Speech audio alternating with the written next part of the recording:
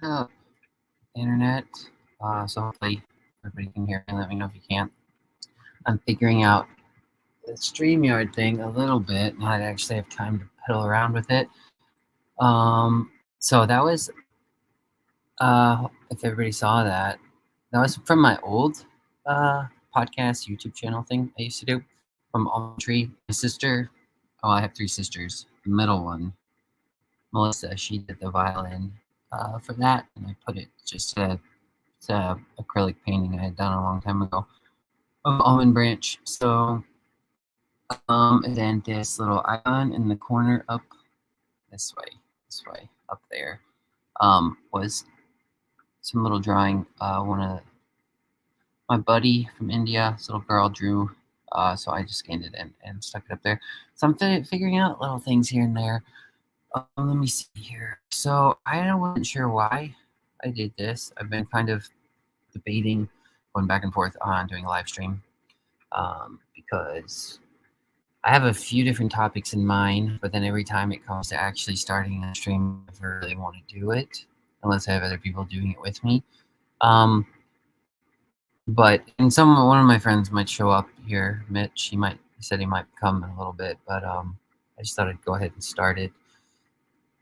I can always resort to reading the scriptures, but it seems like these work best, or more people are usually attracted to these when it's kind of around an idea or a topic, which sometimes is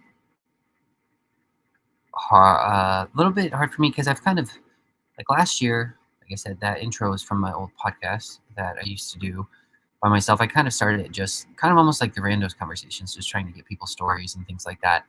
Really opened it up to everybody. I think some of the most interesting conversations to me personally, and some of the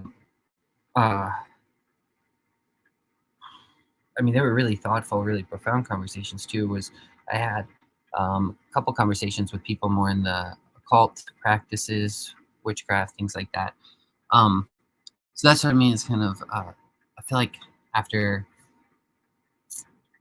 my channel last year was kind of almost put on hold because I was working 2 jobs, and I remember being at the beginning of that year, if I can commit to anything that I would want to do, if I can make time for anything, I want to have time to do the Hebrew Bible studies with Jacob. That was at the top priority of my list. So my weird kind of pagan vibes of my channel probably died down. And that's the thing too. I'm streaming to Jacob's channel as well as mine. So even when I do these streams, like I don't really know who my audience is. And I imagine that Jacob's channel, I know he's said before that he's, I've heard him mention before that he's like to kind of direct it a little bit more Hebrew focused and things like that, how he originally started it. So there's certain conversations I could have in the future where I could go back to maybe trying to have guests and different people in to talk. And I don't know if I should stream those to Jacob's channel as well. Or if I'll have to talk to him and see if he's open to that. Maybe even certain topics, like I said, there's some topics I could have in my head, and I just don't know that they would be interesting to people that tune into his channel more. I don't know that they would be frowned upon, things like that, too out there. I'm not really sure. So some of that is still there, but I think for the most part, nothing's really that weird. And I think for the most part, as long as I give that disclaimer, like Jacob does not support Zionism and he doesn't like the Trinity. So as long as I say that at the beginning, he seems to be okay with it. So I can go along with that. Anyway, I guess I would just I thought I would give that kind of as an intro to this video, as I'm not sure. Hey, Yosef, you can hop in here if you want. I can throw in the link. Just kind of saying I quit my second job now, so I only have 1 job, and it's still been quite slow with the work, so I have a lot more free time on my hands. So I'll probably, the hope was that I'd be streaming more, although I've kind of, like I said, I haven't really been doing that. But if I start doing that, I guess I was just saying I'm not sure if that could end up, maybe some of it might just be my channel only, if Jacob's okay with it, I'd love to stream to both of them. I'm just not sure. Joseph says he's washing dishes. All right, yeah. If you want to hop in, I think Mitch might be coming too as well. Which I hope Mitch shows up. One of the topics I thought I would try to talk about, he actually asked me to talk about. And I've talked about it a lot before. It's just on the masculine and feminine. He asked me to talk about masculinity. And I actually, dang it, I wrote a book last year. There's actually a chapter in my book. I don't have the book on me though. I'd have to get it. It's in my motorhome. But there's like a whole chapter, and if you don't understand the idea of the masculine, you probably wouldn't understand that chapter at all. But it's called like Gold for Gold or something like that. Anyway, so all that being said, yeah, I might start doing more conversations. I'd like to do conversations with if anybody wants to just have a conversation and share your story, to reach out to me, because I'd love to just talk about that. All that being said, the main reason, so I guess it's kind of a disclaimer, the main reason I started this stream was actually Nahama. I think that's how you say her name. I sure hope that's how you say her name. Sorry if I said it wrong. I've never actually spoken to her personally. I think maybe just in comments, or maybe like on YouTube thing. But she has her own channel, and one thing she said is just having a seat at the table. Like, you just have a seat, you have a spot. So that's why I kind of titled this just showing up. Because if you don't actually get on here and do the live streams, like you just miss out. Like Jacob actually gave me a slot in his, which I keep saying is extremely generous of him, and he's let me keep it a slot in his StreamYard. But just the fact that he gave me that, just actually using that and taking advantage of that, you don't even have to have that. Like, even just do any sort of stream, or just joining in the video when there's a link, or getting in the comments, just participating. Like, you have the opportunity. You actually have a seat at the table, so why not take your seat? And I put just showing up because there's this first time we went to India in 2019, there was this quote. I wrote it down because one of the guys that went with us, like at the end of the trip, we're getting ready to leave, and he said this. It always stuck out to me. His name was David, and he said, "I'm just glad we showed up. Half of life is showing up." And so, thanks, Luke. Great thought. Well, here, hop in here, guys, if you want to, anytime. But yeah, so I guess that's why I started it, was because Nahama had said that in her video, and that just kind of stuck out to me. Like, you actually just gotta, take advantage of that opportunity. So that also goes out to everybody that just kind of browses too. Get involved, at least in the comments or something. We'd love to hear from people that just listen. Although there's only 3 listeners right now, and I think one of those is Joseph and one is Luke, so they're already around quite a bit. Here's the link. Forgot I didn't post that. If you want to get in, you're more than welcome. But anyway, so got those things out of the way. I guess like I said, I got a few different topics here. One of them I think would be more interesting than the masculine and the feminine, or at least I would be more interested in. But I would rather people be in here. It's kind of a question I would pose to people rather than a topic. So I'll wait, and if people get in here, maybe I could bring up that. Anyway, so I guess if I'm going to talk about masculinity and femininity, just something I enjoy talking about. Like I said, I've talked about it before. It might just be something familiar to most people that are watching anyway. And that being said, like, I think there is a different way of, I think Joseph told me before, like the Greek way of looking at it, and it's all right, man. It's all right, Luke. He said he can't hop in here. I know he's usually more available in the morning times anyway. But so the masculine and feminine. Yeah, I think Joseph told me one time that there's like the Greek way and the Jewish way of viewing those things is different. I don't know that it's all that different, but I think it's maybe framed or phrased different a lot of times. But he told me once, I think the more Jewish way of saying it is kind of it boils down to giving and receiving. Um, masculine is giving, feminine is receiving, which I mean makes sense. I would kind of, yeah, Joseph said there's somewhat different symbolic worlds are in reference to gender. So yeah, if you free up and want to hop in here, you could give me that view as well. I guess I just won't have.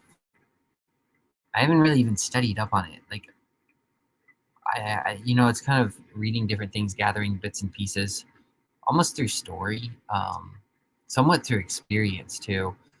But a lot of times, I think to me, when I was talking to Mitch, I told him what it kind of boils down to for me is just light and darkness in a way, and you categorize light as masculine, darkness as feminine, and not in a good or evil type sense.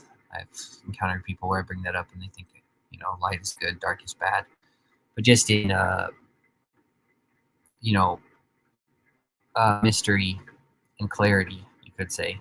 The light is clarity, the darkness is mystery. And so if light is categorized as masculine, if I'm supposed to talk about the masculine, that's where I'd probably start, because what I said before is like just having experienced it. That's everybody experiences that. When the sun comes up, you have the sun is masculine, the moon is feminine. The moon receives light from the sun gives light, the moon receives it. I know not in all cultures that's not how it is. Sometimes the sun is actually feminine. I heard Japan, the sun is feminine. But anyway, whatever. Sun is masculine, moon is feminine. But you experience that because you wake up in the morning and the sun starts giving light and clarity to things. So it starts casting away the mystery. It's removing the veil of darkness. And then you see clearly. And so that's when you get the names. You start naming things because you see things are categorized. It is what it is. It's not what it's not. It's like you can name a tree from the forest. It's like it stands out from the forest now. It's less ambiguous, less mystery to it. And so it gets more and more defined. And so the masculine is like that. It's like a seed. It gets more and more defined. The identity is like more and more descriptive. And eventually, I mean, it's always hard for me to stay on topic because my mind starts bouncing around too. So that's how you would experience it. You'd wake up and the sun would come up, and then you'd see things would start coming out from the darkness and illuminating themselves to you. And you would see a chair, you'd see a lamp, you'd see this or that. It wouldn't all just be like one room of darkness. And then, so yeah, I guess that's how you would experience it. And then it gets into identity, and the reason I think it's really important to kind of understand those concepts, because I think you just miss a lot of other stuff. Not that you'd miss it, but I think you could miss maybe a deeper meaning to it. So, like veiling and unveiling, or the idea of head coverings. Like when you get the whole idea of head coverings in the Book of Numbers, where the woman has to cover her head and things like that, and drink the holy water, and it's like almost all of that symbolism will be lost if you don't understand the ideas of masculinity and how the feminine, at least, and like I said, it could be corrected by a different Jewish thought, might be a little different, but to my understanding, the feminine is more like mystery, potentiality, and so it covers. That's where the head coverings come from, because it's covering identity. So like when a woman gets married, she'll often take the last name of the husband, and so she's covering her last name, her maiden name. She's covering her head. She's covering her identity. She's hiding it.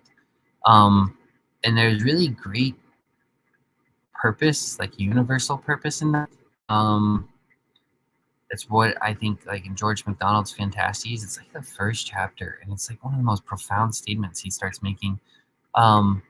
And I think a lot of times it's probably just read as humor, unless you really, really think about it, because there's a way we're all connected to Adam, right? There's a masculine way of looking at our identity. You can trace our genealogy through identity, through naming, all the way back to one name, Adam.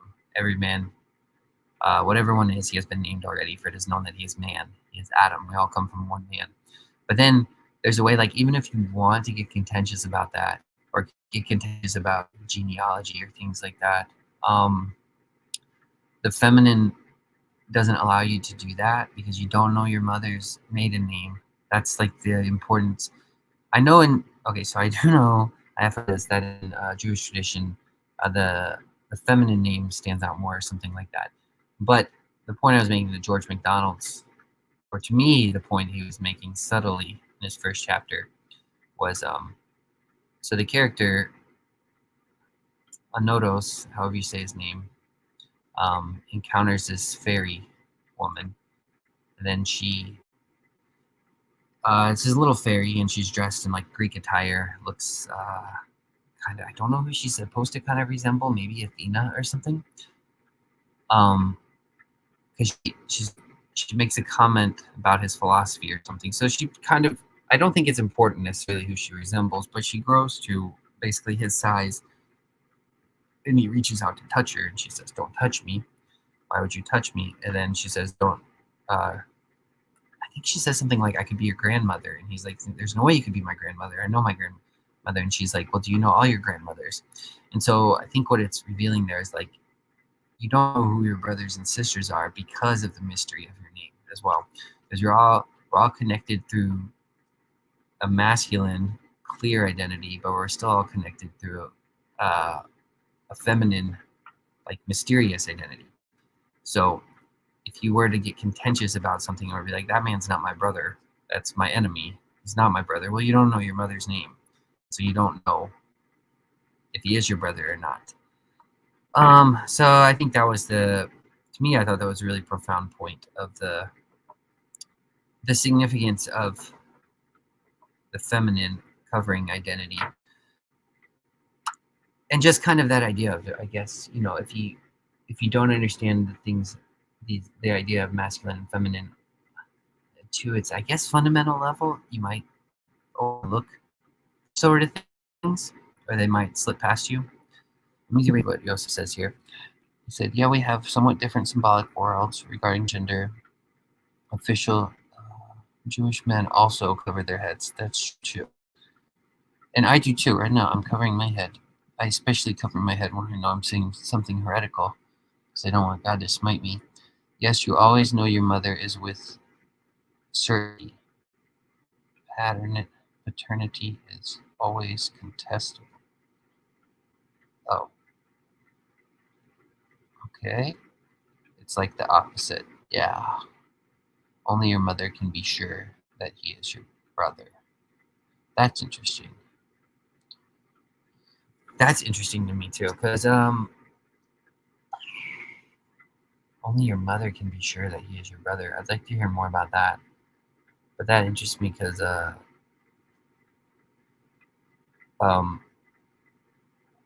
because the way I don't know, for some reason my mind immediately went to Mother Earth, and it's like, that's, you come from the dust, but you all return to dust, so we'd all be put back into our one mother.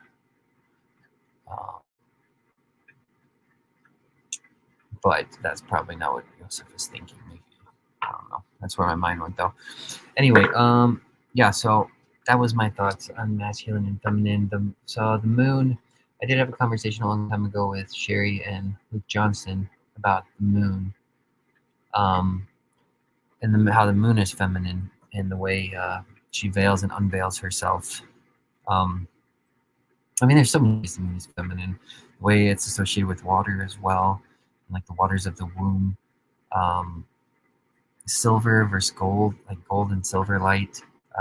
All these things work together. But the other thing too is like everything will have a masculine and feminine side. So there are ways that the moon is masculine, and there are ways that the moon is feminine. And oddly enough, for some reason, the feminine always intrigues me more. I think maybe because it's mysterious. But masculine, I guess I just feel like once I describe the masculine side, it's just kind of like it's like that. There it is. It's like it's light coming forth. It's a sword. It's a sword because it's divisive. It's you have the light, the contrast, so you can see clearly and you can name things. Yeah, and the feminine's just, it's hidden, it's mystery, and I don't know why, it just intrigues me more. That's why even like I've had a lot of conversations with my sister Natalie about this. I think she said before, whenever she used to get on my podcast or live streams, somehow it always revolve around masculine and feminine ideas. But because we talked about before the characters on Game of Thrones, because we both are fans of that show. So, and we were talking about the feminine characters and how, in which ways they were feminine. And honestly, I think the one, at least in around a lot of people I knew, she was kind of a fan favorite, Daenerys. She was, as far as I'm concerned, she was extremely masculine. She wasn't feminine at all. Like Cersei was very feminine because she was just like a serpent. The deeds she did were always kind of in the dark. Does that make sense? There were a left hand in the shadows.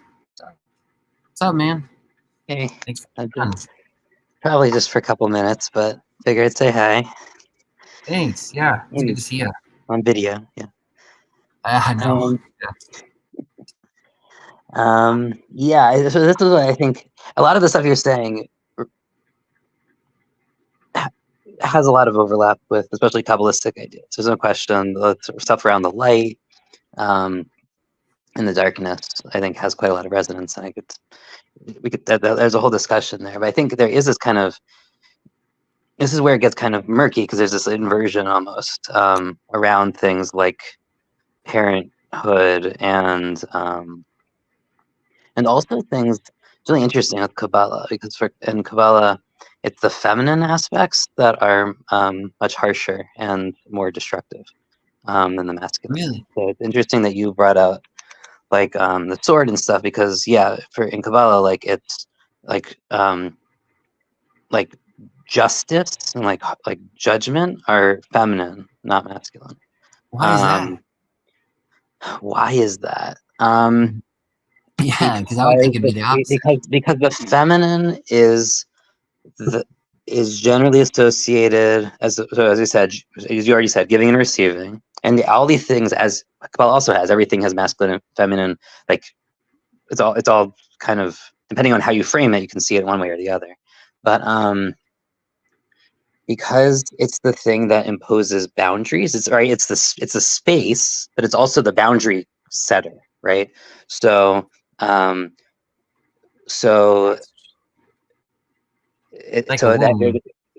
a womb, but at the same time, like the thing that that is shaping and molding and giving the constraints, right? It's the affordances of the constraints, but at the same time, it is constraints, and there's something to that both requires a lot of strength, and also like a certain like almost cutting offness, right? Like this is the identity, which is interesting. So what you're saying about fathers and mothers earlier, but for us, because identity is passed through, it's passed through both, but yeah, we put a lot more stress than Western culture does on the mother, and I think you kind of see that here. So there's this, and it's interesting because that means that like not beauty, that means that mercy and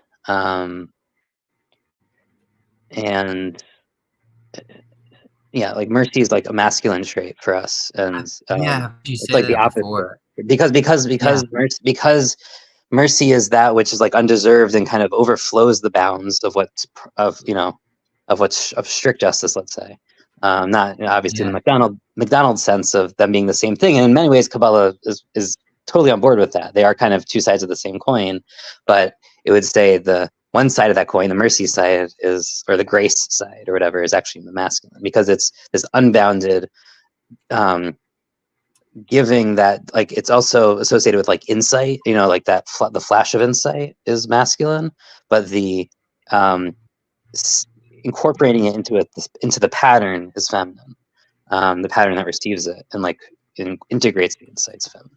Right? So there's this kind of it's weird because it doesn't map well, honestly, to some, like, it doesn't map as cleanly as what we're very used to, I think, in Western culture, where we have this kind of very, I don't know. I Yeah. mean, I think we're just used to that system, and it's not the opposite of it. It's just not, it doesn't fully align with it. It has some of the same parts, but it has some parts that are very opposite to what, and kind of undermines expectations.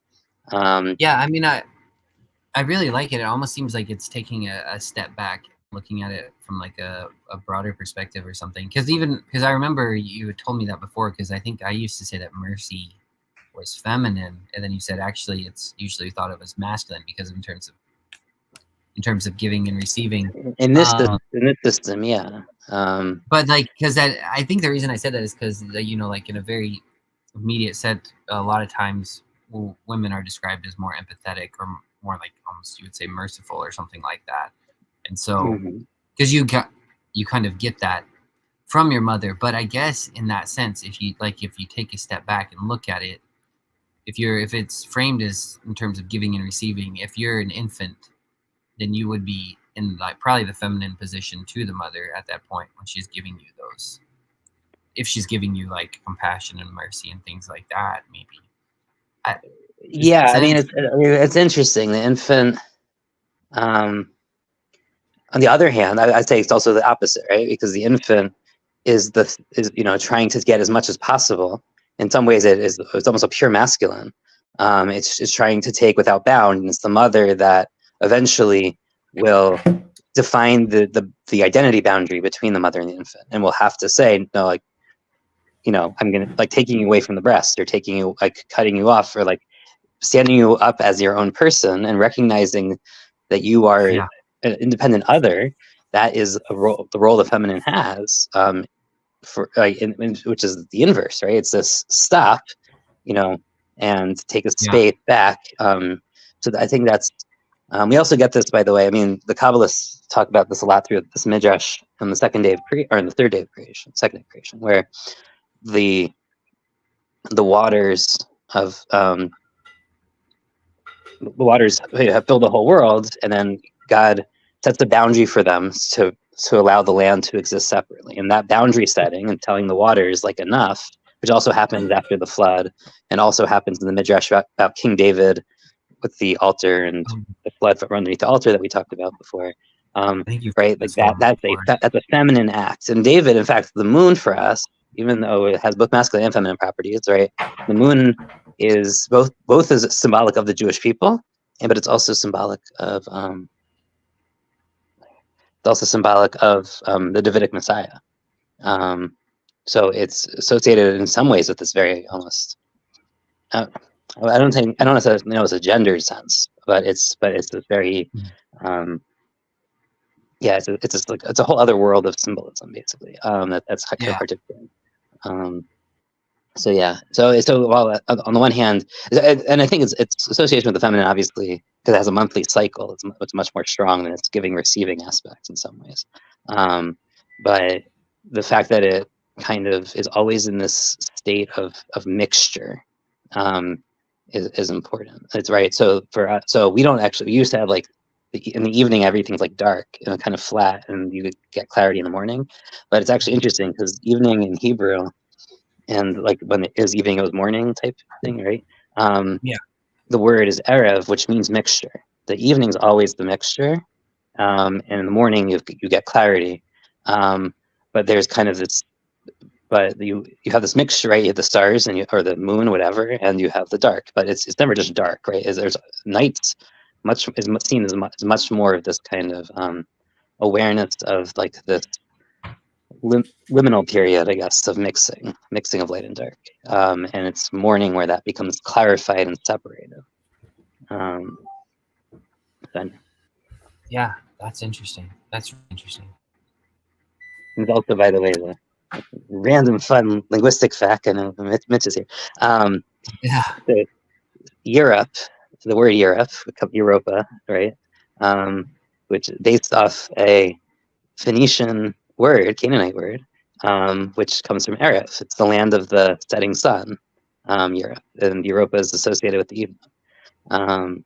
So it's one of the very few places where a Semitic word actually ends up being used in Western languages. So I have a question too regarding the evening. You said it's kind of like a mixture. Is the setting of the sun or the going down of the sun, if I'm still somewhat categorizing it as masculine, is that kind of like almost like the judgment, like this is where you stop or something like that? I don't know. I'm trying to. What do you Probably mean? not working What right do you in my mean head. stop? Well, because I was thinking about the infant when you said there's a way the infant's masculine and the infant's always trying to take, and there's a point where like Yeah. the mother says Right. Well, stop here, right. but it And almost remember, seems like the infant would be the trying setting of to. the sun for us. Remember, the evening is the beginning of the day, and the setting of the sun is the end of the day. So it definitely is it's being stopped. Yeah. Anyway, I know Mitch keeps sitting down. I think if I should probably go. My wife's now off at the That's first right. call, and Mitch can I know what he's interact. doing. But I He's in will say, Texas so now. there's this. I'll give you one other thing before I go. With the Kabbalists, do you know Tzimtzum, the contraction of in Kabbalistic thought, where God like He's infinite and contracts Himself to make room for creation and for humanity and for free will and all these things. Yeah. So that act of self contraction and making space for the other is considered a feminine act, and it is the basis of darkness. God's it's called the kav, like the line of light that pierces through that, and then like that through which the potentiality of all of creation is realized in that space is the masculine. So you do get this which is much more kind of sexual, obviously. I mean, like there's no question that they're using that imagery very deliberately. And Kabbalah is not afraid to do that. I mean, Song of Songs is their book, and they're not going to be afraid to take.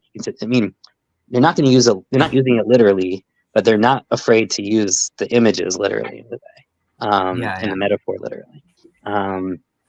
But I'll say, like in the morning, every morning, it's not, I mean, yes, my wife covers her hair, but at the same time, when I put on my prayer shawl, we cover, like we wrap it around our heads, and it's an act of veiling, and so it's not just like the kippah thing is a newer minhag, in some ways, but wearing a prayer shawl over your head, at least for prayer, longer during the day and stuff like that. The Jewish men definitely, it's not just Jewish women, men and women both kind of do that. So I don't know. It's kind of interesting. So I mean, you could say, well, there's always both, right? All of these things, veiling has a feminine and a masculine side. Certainly, God veils Himself in the act of tzimtzum. Yeah. But God is both true. also. Yeah. I guess my thought would have been when the times when you were in prayer covering your head would be the times that you're presenting yourself feminine before God. Like He's in the masculine position now, and you're in a feminine position to Him, ready to receive from Him, and you're acknowledging Him as the giver or something like that. I think we're also copying Him, right? Because we're singing the beginning of Psalm 104 when we put that on, which is all about God, like veiling Himself, like spreading the curtain of the sky and the veil of the clouds, and like we're using all that language, and I think we're also imitating God. So on the one hand, might be right, like we're asking to receive blessing. At the same time, we're turning around and saying, and we are the givers of blessing in a way. Like through the prayer, we are giving blessing. Okay, I'm gonna go now, but I'm gonna try to keep listening. Mitch, sorry, I want to give you a chance to talk, and I look forward to hearing you guys. Good to see you, man. Have a good night. Good to see you too. Have a good night. What's up, man? How was your travel? Really good, man. It's amazing to be in the sky. Yeah. How long's it been? Since I've been in the sky? Yeah. Has it been since the Canary Islands? No, it can't be that long. I've flown a couple times since then. at least. And yeah, I like it. I'm told by people who travel more or less for a living that if I did that, I wouldn't like it anymore. But I just find it hard to believe. There's Joseph. What the heck? Where'd you go, man? Luke in here. Do you like this? Do you like this layout here? I got Oh, I this love Calvin it. and Hobbes I love background it so again. much. I mean, It looks great. yeah. As Thanks, a man. background, it looks awesome. I mean, Um, obviously, Yeah, I don't know how I'd feel about that. I think I don't. The plane flights like seem to bother me less and less the more I do them.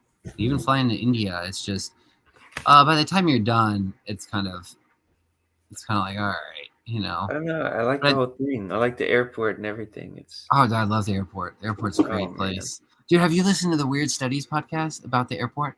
No, never. What do they talk Oh about? gosh, I got to see if I can find it again. They're just saying how it's like just this weird, just how much of a weird space it is. It's just like a Mhm. weird in between place, Mm-hmm.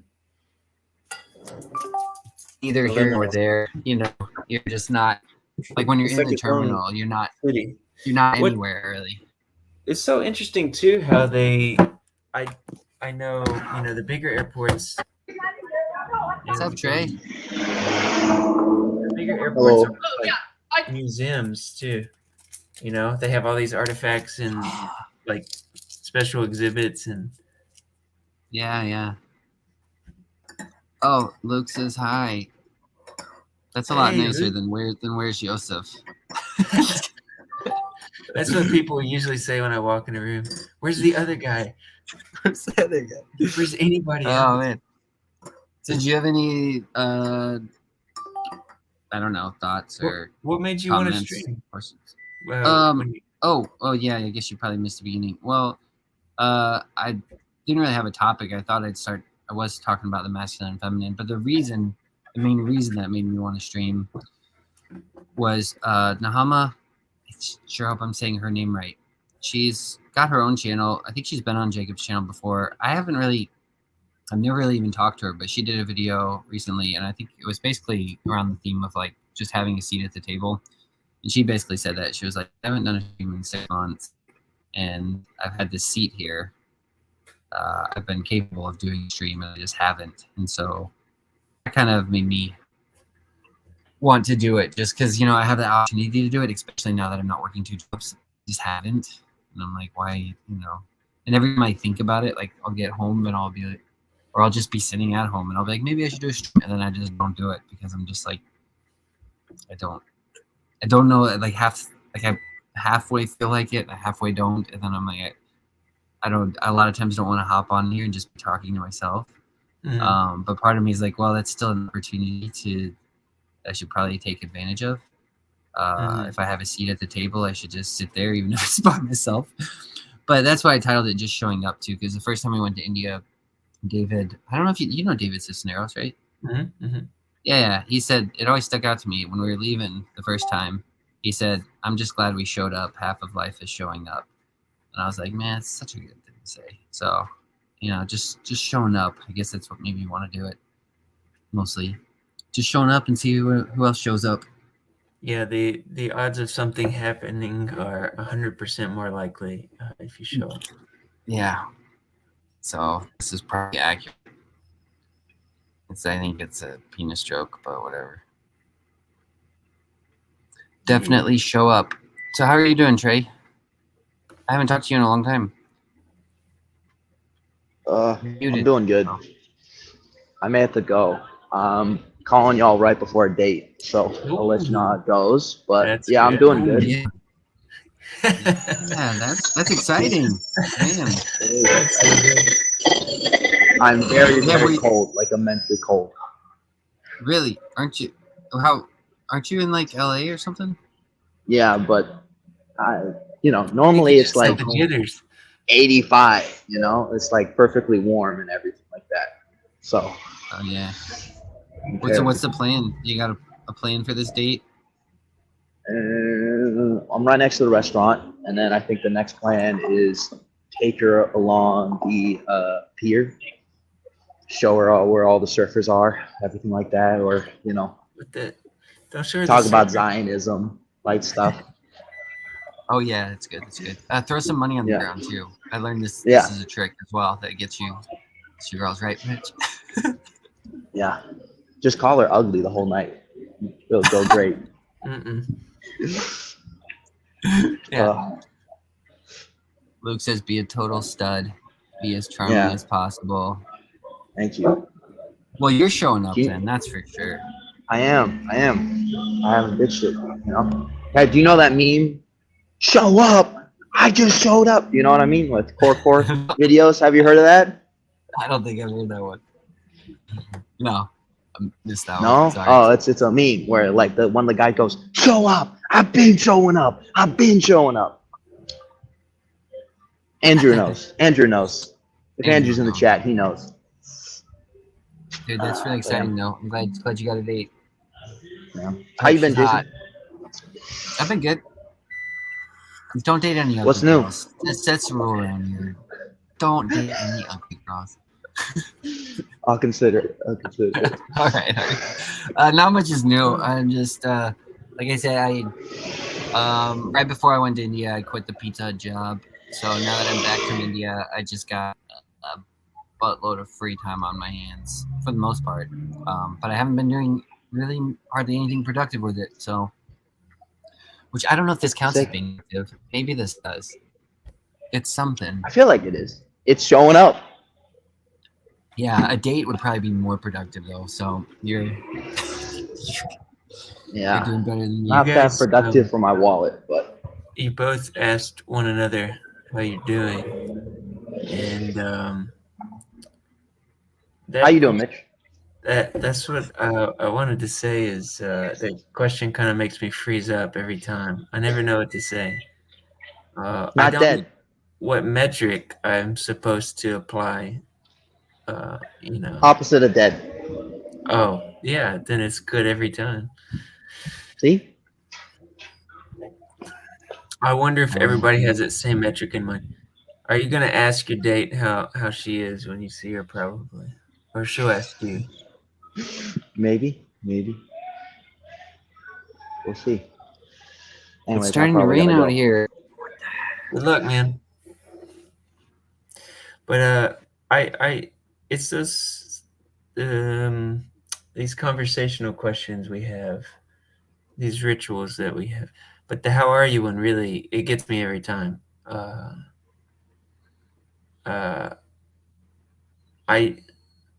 I try not to just say good. Yeah. I don't know if it's even worth challenging. I think, small talk is obviously valuable, but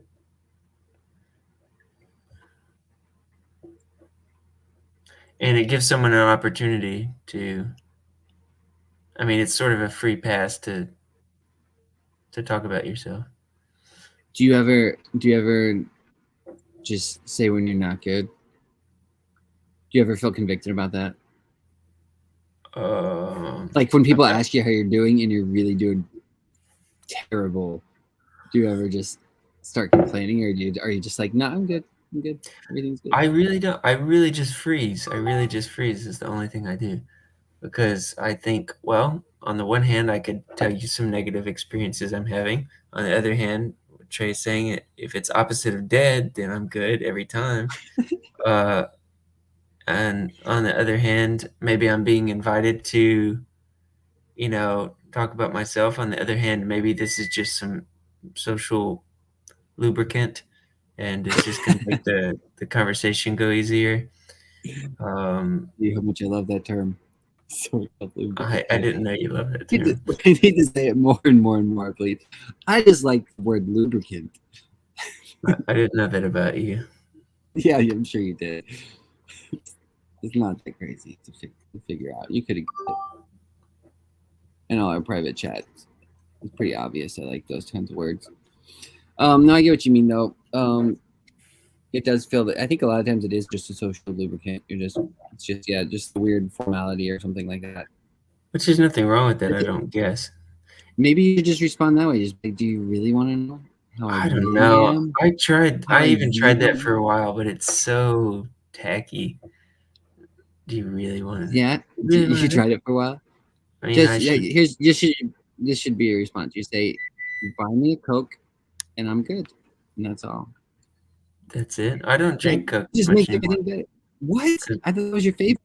All right, It I'm is not my done favorite. sad. It's But weird my you brought teeth that up. are rotting. Oh, I think you did mention that to me. Yeah. What can you do about that? I think We can could we can blame say- God.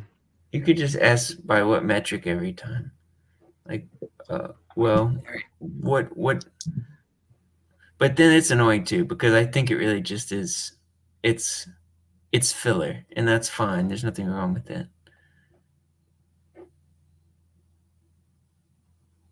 I'm just gonna say thanks for asking from now on, and without answering. Thanks for asking, and then change the subject, and then ask. Thanks for asking. How are you?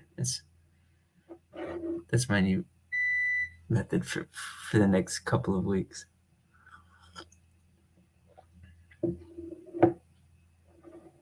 But I didn't want to talk about masculinity in the way you usually talk about it, Jason. I wanted to talk about it in the way that's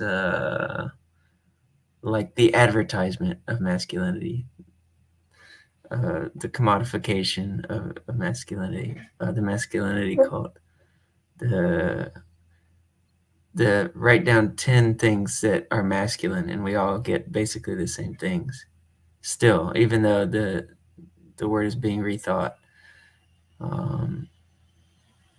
Sorry, I missed that last part. You said write down 10 things that are masculine. That's what you said. What I think is true is that there's this masculine ideal, and that if you get people, even though it's kind of being rethought in the West, that masculine ideal, I think if you got people across disparate demographics and said, what are some characteristics of masculinity, you still get more or less the same list. And that's kind of interesting that there's an obvious masculine ideal. But that's what I think.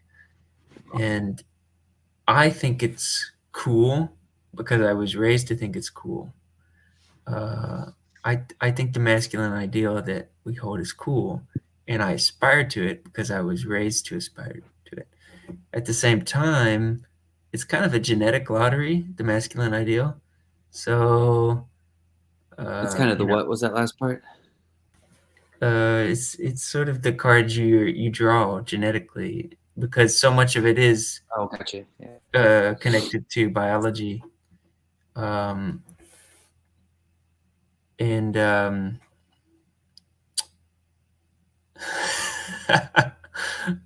Dude, did you watch the new one? The new movie, Yeah, by the I way? did. He sprints. He sprints in every single one of those films. He's a hero.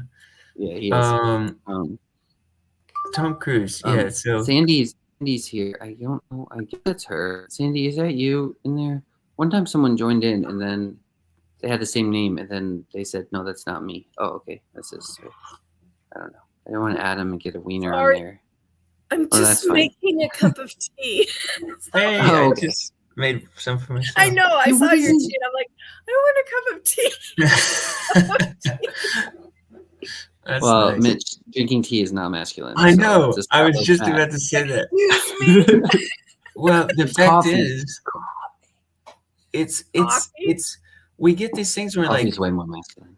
that's not masculine, and we think, well, we have sort Half of coffee, half chocolate.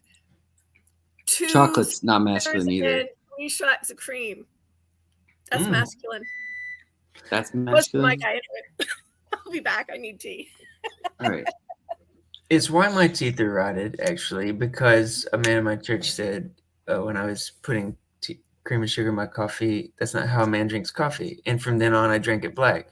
And I got that there's no creamer to neutralize the acid of the coffee. And so now my teeth are dead. But it's true. It's true. And when I say that it's true, I mean in the sense that that would be on the list of things we wrote down. If somebody said, "Hey, write down some masculine traits," we'd say they drink black coffee, and we understand this. And I know there's an extent to which it's just a construct, but it's the construct we have, and I'm interested in it. Okay. Yeah. I like this. I like this experiment. We'll be back. There's nothing I right. can do because I All right, have we this need- wiry frame and I have this wiry voice, and that's just the breaks. I can drink some black coffee, but then my teeth are so feminine that they're gonna rot out of my head. And Yeah, because the body's always feminine, right? You know, no, it can't hold up to our ideals; it'll crumble. I remember when you and I first started talking, and you started categorizing everything under the alphabet as feminine or masculine. I was like, "What is he doing? I don't understand any of this. Why?" Why was I doing that? I don't even know what I would put on It was there. just your nature. You would just like, I would be like, I'm gonna go get something out of the fridge, and be like, yeah, the fridge is kind of effeminate, the divine feminine. I'm like, you do it with everything. No, I wasn't doing that. I don't think I could put the fridge in there. No, but it was really like that, where Yeah. we'd I just be was on a talking about fast. I was probably on a fast or something. maybe you had little bubbles like appearing above your head. Yeah. That's how I can watching, tell you're on a who was I talking to the other day? Oh, it's Cal. I was telling Cal about how I was on that fast. I was on a long fast too, right before Craig's wedding. And then that's when I started thinking in shapes. And we had that argument about the Trinity and said that. And I was like, man, now that I'm not on that fast, I had to have just sounded like a madman the entire time. I was probably like, I was making no sense to anybody but myself. That was fun. That's Um, fascinating, though. What does thinking in shapes even look like?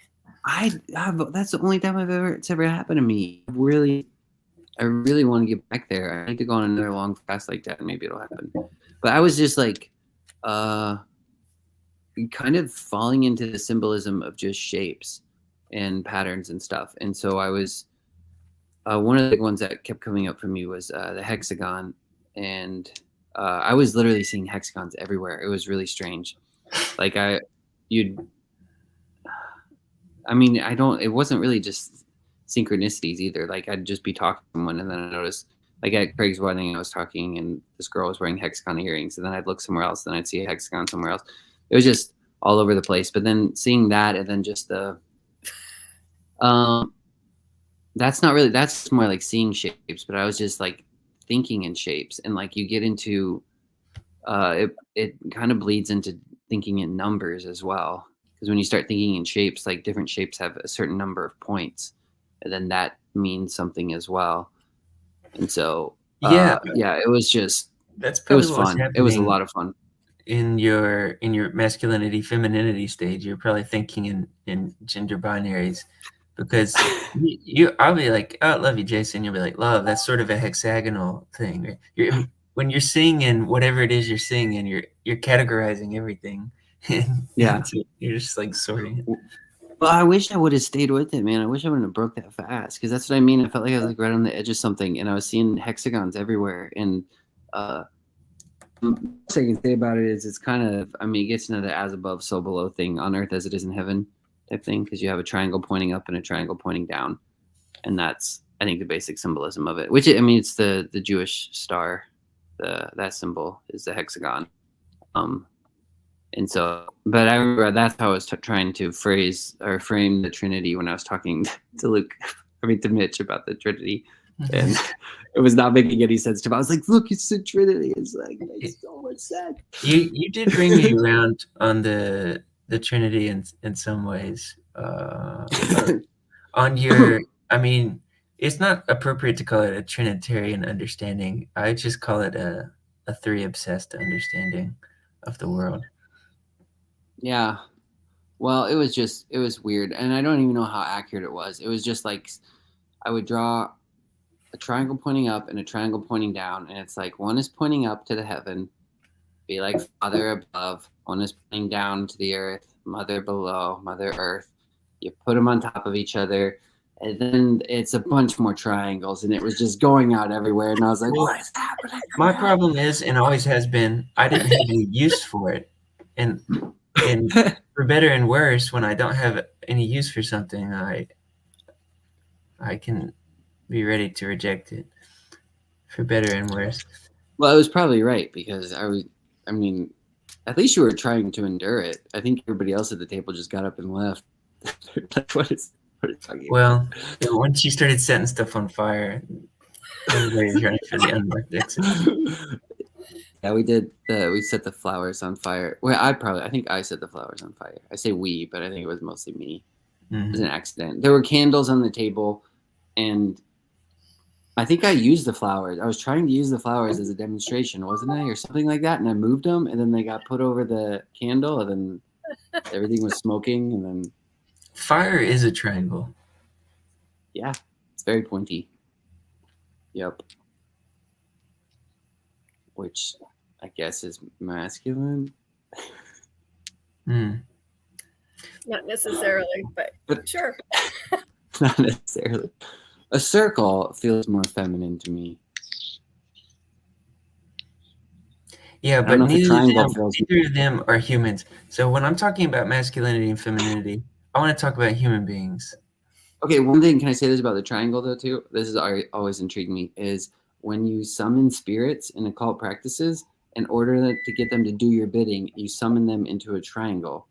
And this has always intrigued me. I don't know why they do this, but the only thing I can guess at is because it's very, like, I think if someone put me in a triangle, I'd be more likely to do what they're telling me to do. 'Cause it'd be like the most uncomfortable shape to be put inside, wouldn't it? I'm just going to say things as if I know about them. There's not a lot of consistency across occult practices. So Probably not. when we say something like in occult practices, they put everything in a triangle, we're saying we read one blog where somebody said that they did that, right? No, I've heard this multiple times, but it's not. They don't put everything in a triangle. They will summon the spirit they want to command into a triangle. So when Into is there an object? Do they have to have an object to represent that triangle, or is it just they're like I don't know. I don't know how this works because when you're going to summon the spirit, you're supposed to draw a circle, and you don't leave that circle. If you leave that circle, you can get all sorts of messed up. Apparently, you can get like possessed or whatever, because that's like a boundary. But I think that's very common. Like drawing circles is very common in have you occult seen that practices. But then when you Soviet when you Union summon- horror film? what Soviet Union, I think it's called V. I want to put it in the chat. V? do it. Isn't in the that right? chat. VIY? I don't know. Oh yeah, it looks 1967 a film. I have not seen this. Soviet That's a horror pretty film. interesting kind of movie. You know all the movies. We need to get you live streaming about movies on a Okay. regular basis. I bet you. When you're done with occult, you need to go back and read Flevis's comment. Oh, okay, like a spaceship. That one or the T? T. Oh, Earl Grey. Earl Grey is probably a masculine T, Jean-Luc. I would have to say. Earl Yeah. Grey. One of the favorites at my house. What about green tea? I feel like green tea is in the middle. It's a I little too avoid springy, summery to really be masculine. Is it green tea? Yeah, that's too summer spring to be masculine. Oh. Any sort of herbal tea, I think, would be feminine. Don't even try to persuade me. But no. Wait a minute. We're breaking the rule. The rule is when you're talking about masculinity and femininity, you're talking about human beings. Okay. So we're picking masculine guys. What was the thing you wanted to do? Pick 9? Did you say 9? I just Are these 9? 9 men? No, or yeah. 9 If you actual- wrote down, if you picked 100 people across the country and said write down masculine qualities, they would write down more or less the same thing. I think so, unless they were just being intentionally subversive. Okay, so I think this. why did you pick 9? Did I say 9? No, I thought so. I thought Luke I said said 9 on t- here. Luke 9 said said Tom 9, Cruise. I said 10, and he said the first 9 my are first Tom 9. Cruise. Okay, gotcha. And number 10 is Luke Thompson himself. Oh yeah, that makes sense. Well, Luke Thompson would be up there, right? That's all Yeah. you need, right? He's got a mustache. Is that number 1? The mustache is the It's on there. The mustache. Right. But I wanted the thing about, I think there's an ideal human. Okay, this is gonna sound maybe bad when I say it. There's an ideal human. The ideal human is a man. Okay, the ideal human is a man, and the ideal human is a Renaissance man. It's the man that can do everything, a little bit of Like everything. Superman? Yeah, but more than Superman, because Superman, he I like has Batman. Batman is feminine all the way. Batman's kind of a Renaissance There's man. darkness. No, he's wearing a head covering. You can't see his identity. Well, what? But do you know No, I'm about just kidding. how you finish the Master of None phrase, but how they say it? It's usually presented as like a negative thing. Uh, Jack of all trades, but master of none. But the part that they leave off actually makes it a good thing again. You know what I'm talking about? Jack of all trades, but master of none, but better sometimes than a master of One. none. Of one. Yes, that's it. Thank you. Yeah, I've never heard that end part before. So why'd you bring that up? Because that's like a Superman? That's more like a handy. What I'm thinking about, and I have no kind of cohesion to this, but I guess what I was thinking about is, oops, I can't be the masculine ideal because of, the hand I was dealt genetically. And then I think I definitely can't be like the human ideal because, don't you get this Shoot. feeling sometimes when you drink a lot of caffeine where you're like, I'm going to learn all these languages and these instruments and I'm going to be super fit, but I'm also going to be super well read. And you're like, I'm going to do this. And it's just, and you don't do it. You just go and, but I think it's all caught up in this greater thing that I think about all the time, which is, coveting your neighbor's wife, coveting your neighbor's house and everything, wanting to live all possible lives. And that's our whole thing is we want to do everything at once, be everything at once. So coveting your neighbor's masculinity? Is that kind of... Yeah, you just want to live every possible life. Like, because sometimes you Yeah. want to be the masculine ideal and sometimes you want to be like this subversive, like, whatever, I'm the poet guy or something. Yeah, I was gonna say, if you feel like that, have you thought about writing? There's a lot of potential there. Yeah. Then you can be each person you want to be in each different book you That's write. one way of doing it. And we're doing it all the time. If we're watching movies, we're like, I can inhabit somebody else for 2 hours every night, Hartford. That's a nice comment. I like That is nice. That makes me feel warm.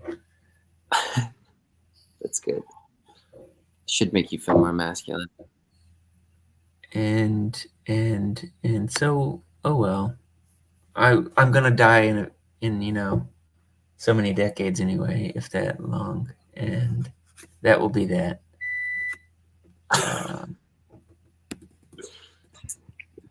And it won't have If mattered you're- very much if I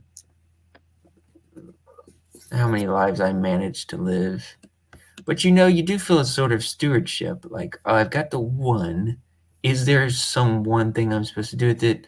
Or am I supposed to be just this cog? You don't want to feel like you're wasting it, but you don't want to feel like you've got your priorities wrong. Yeah, that's why. Have you heard of like the idea of Dharma? Is No. it Buddha? Is it Buddha or Hinduism or something? I don't guess so. It's. I don't think I really understand it to its full depth, but from the best thing, I guess the best way I know how to summarize it is just kind of you do what's in front of you, and that's that, and you just and that's kind of your duty. But- Like you but do the task at hand, and you do the It task at doesn't hand, really and you don't work worry about. because you're choosing the tasks that you have in your hands.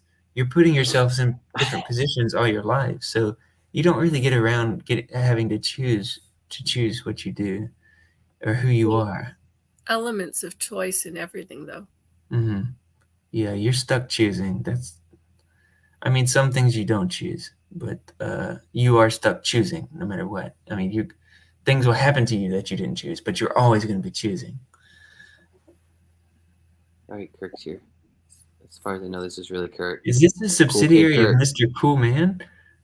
No, I'm Kirk. Hey, Kirk. Have you met Mr. Cool Man with the cool with That's the a good line. K?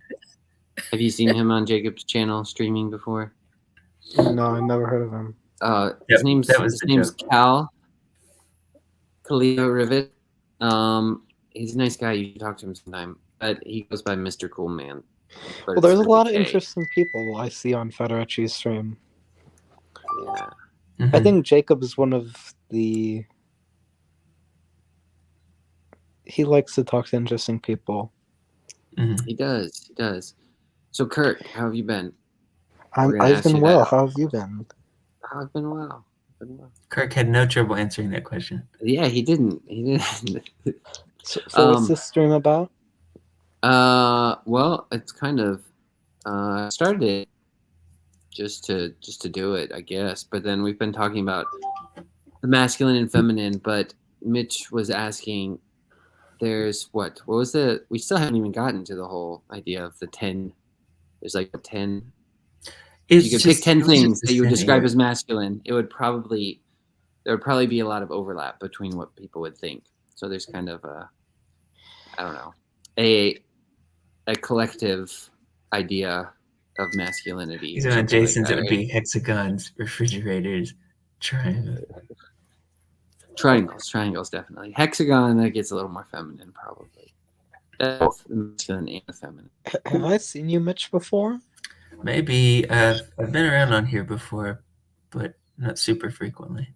I don't usually come on except for Hebrew Bible streams, and I did the past 2 weeks of Pirkei Avot, but I don't do the Bibles. I mean, I don't do the book club or anything like that. Are you Well, very you read the Bible quite often? I read it fairly frequently. I mean, I read the weekly Torah portion.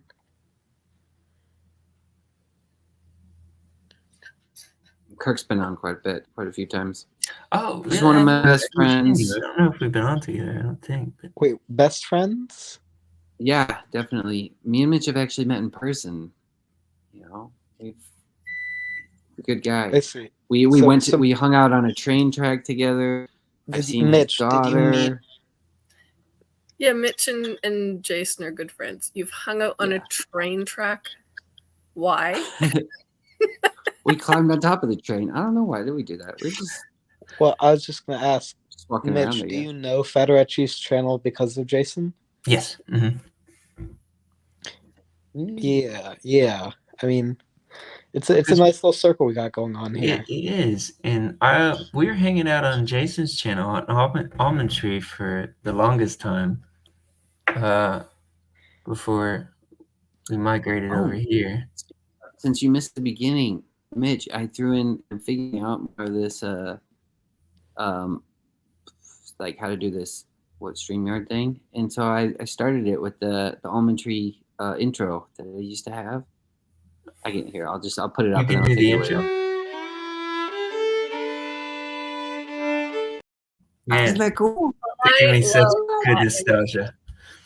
Yeah. That's cool. Then my Because- sister played that violin part. So We used to just get on every night and just goof off for a few hours. yeah, it's fun. That was a lot of fun. It wasn't. I wish we could have done more like live streams because that was just in Zoom calls back then. Well, And still, I'm gonna say that I actually prefer the pre-recorded when people will show up, it was just harder to get to people to do You know what I pre-recorded. mean? I Well, felt when when it we was were us, when we were pre-recording, we were like really journaling together yeah, that's true. out loud, We were. and it was really special because you could go back like you do with a journal, and you could listen back and like, whoa, that was an interesting state of mind I was in. And you could do that with the live stream too, of course. But I don't know why I like the pre-recorded better. Maybe I felt safer because I've really been rattling my trap off tonight, and I guess it's just out there. Because Jason would always be like, if you guys don't want me to post it, I won't. I'm like, thank you. But we'd I don't always think- end up posting it anyway. Yeah, I don't think I don't think- it. It got to a point too where like I don't think I listened back to any. I know there was probably a full year where I don't think I listened back to any of the conversations. I just put them up like it is what it is, and I probably said stupid stuff. It was almost more excruciating for me to listen back. Like I did not want to hear what I said. I was like, I don't want to hear it. But we were fashioning these ideas, you know. We were Yeah. throwing them out there and seeing what sticks. Yep. So, Mitch, Yes, sir. where do you live out of curiosity, if it's not too personal task? No, that's okay. I live in Georgia, Atlanta area. That's interesting. I mean, so like more on the suburbs. It's not interesting. Yeah, horrible place. It's suburbish. No, because I'm originally from New Orleans, so I'm a big Southerner, and I love New Orleans. I like. I do too. but now I There are live no in rules there. Picayune, Mississippi, with my family. Mississippi. But I'm Mississippi too. big Southern pride, so Yeah, the Southeast is my favorite place. The Southeast U.S., I'd say, is my favorite place in the world. I don't know about the world, but it is definitely a great place to be in. I grew up in Alabama, and that's my favorite state for sure. Yeah, I used to love going on trips to Mobile, Alabama. Yeah, I didn't spend as much time in South Alabama. I was more up north, but Mobile is a beautiful city. Well, my family would take me on trips there often, and we would get like wings, and we would get, enjoy the place, and it's just nice. Like Southern culture is just so much more hospitable. There's something very special about it, for sure. What part are you still in the Southeast or no? Yeah, I said I'm living in Mississippi. Oh, okay, that's right. You were in New Orleans and now Mississippi. So how old are you, Mitch? 3-0. I see. 3-0. How's it feel? It's great. It's great. Mm. No, I'm hyper aware of mostly that people will die. I thought for the first time, and I know, think about one of your peers dying of old age, and like that would be weird. But I always think about how much more I have left to lose, and that plagues me. More you have left to lose? What do you mean? Death isn't Like if you supposed to died have early? any more sting, man, but all that sting is concentrated right here. So, Mitch, are you like a Christian or? Yes, all my life, since I can remember. Well, Federici, he is an Orthodox Jewish person, just so you know. That's right. He knows. We all know very well. And at length we have discussed our differences. But he's much better at discussing it than I am. It bothers me how poorly I'm able to make a case for the things that are so bone set inside of me. And what I'm finding and what I'm thinking about a lot is it can't always be that your inability to make a case for what you think and someone else's ability to make a case for what they think, which contradicts what you think, can be the deciding factor in you changing what you think. Well, you would think that would be a pretty good reason to change what you think. And maybe there's no better reason to change what you think than someone else being convincing about what they think that contradicts what you think. Now, it just can't be in the internet age. That's not an option anymore. That can't be the reason that we change our mind. There has to be something much more incarnational, relational that goes on. Craig likes to talk about like aesthetic versus logical kind of persuasion. Wait, who likes to talk about that? Our friend Craig, he comes on here every now and then too. Mine and Jason's friend, we know him in real life too. And there's this whole thing where there are thousands of experts that have spent thousands more hours on all of those subjects than you, and you can't take all of them at their word, obviously, but you have to be deciding what you believe. And that's sort of awkward because sometimes you're like, yeah, that person spent this however long studying this subject, but I don't feel the way he does. Well, what kind of audacity is that? It's just the audacity you have to have.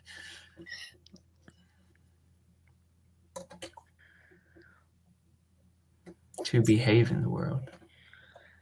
Yeah, I will say that me and Mitch don't always agree on everything, but there's this weird thing, like even the places where we disagree, and in my head, it makes logical sense for me to think what I think and not think what Mitch thinks. I still have the sense, it's the haunting intuition that you're way more right than I am about everything. And like, I don't know why that is. Like, I still, like, if someone were to ask me, I feel like the points where we disagree, for some reason, like even on your point, like the points you will make, even though I'll disagree with them, there's something that's always like in the back of my head that thinks like, well, Mitch is probably ultimately right. Like when this boils down to it, it's like, I wonder think what he'll that be right in is. the end. That could be a number of things, couldn't it? Well, Jake, Well, it doesn't. The thing is, it doesn't happen to me with everybody. Like it just kind of happens to me, mostly with you. I think some of it is because, like, I've literally, and I really do mean that too when I say that. Like, I think you're one of the most humble people I know, and I think there's a humility in you that like extends way beyond the humility that's in me. And so maybe it's that I feel like is more true than knowing an answer or something like that. Jason, Yeah. Yes, sir. aren't you a Noahide or a Christian? I am a Noahide. I would call myself a Christian. I still call myself a Christian. There are certain ideas that seem fundamental to Christianity that I've, like probably the past year and a half, 2 years, I've been like, I don't know if I would affirm them the same way. So I've kind of struggled with how honest am I being when I call myself a Christian if I know the majority or what feels like the majority of Christians would probably disagree with me on my interpretations of certain things. But I don't know how fundamental those things are to the Christian faith too. I probably should just go through a list, get a list from people and be like, what are the defining borderlines of Christianity, the confessional ideas, and The first 9 are let's Tom just- Cruise. the first 9 are Tom Cruise. What's the last one? Actually, John, I think John Bell, my cousin, I think he gave me 3 because I think he asked a pastor once what that was, and his pastor actually gave him 3. I can't remember what they were though, but I think there's like 5. There is like a list, right? Isn't there like 5 in Catholicism or something? I mean, it depends on the individual, but I mean, there are a lot of different types of Christians. Like a lot of Protestants don't even consider Catholics real Christians. Yeah, that is Yeah. true. The list you're gonna get will depend on the church, their history, and the denominational things they follow. There's Well, nothing- Paul gives a list, doesn't he? He says the things of first importance. You know what I'm talking about? I don't know. I don't remember. So there's what 5? This says there's 5 solas. Studies are based around 5 solas. Sola Scriptura, sola, Scripture alone, Christ alone, faith alone, grace alone, glory to God alone. I don't know what any of that means though. What does that mean? The 5 C's of faith. Oh wait, this is different. 5 C's or something different. Dozens of times. No, but I mean, I don't know what that. Like, I don't know if that's Catholic. I don't know what that means. Like, What type of Christian is Mitch? Is Mitch a Catholic or Eastern Orthodox or Protestant? Just a capital C. Just a capital C one, baby. So just a Protestant. Not the little C. Just the big C. Yeah, I was raised in a Protestant church and currently worship with Protestants.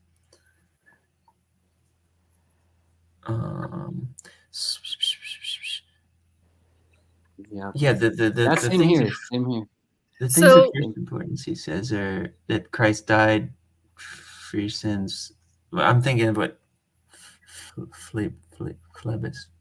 Yeah, Phlebas. He says resurrection's got to be on there. I think that is in Paul's little bit of list. He also says this. I never said all Protestants. Generally don't. I don't. Protestants. Yeah, I think some do, but I think that's a nice some, distinction. Generally, don't put words in my mouth. I'm not. I'm just bringing it up there so we can address it.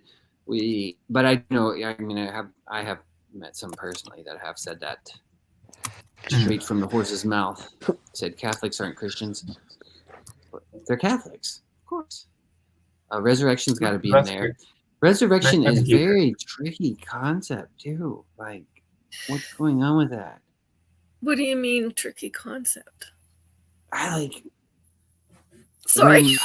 Well, I don't know. Like, just resurrection probably isn't as tricky for me as the Ascension. Like the Ascension is just Like Just metaphysically Resurrection. tricky. it's resurrection metaphysically tricky. in resurrection shows up in Judaism and Christianity.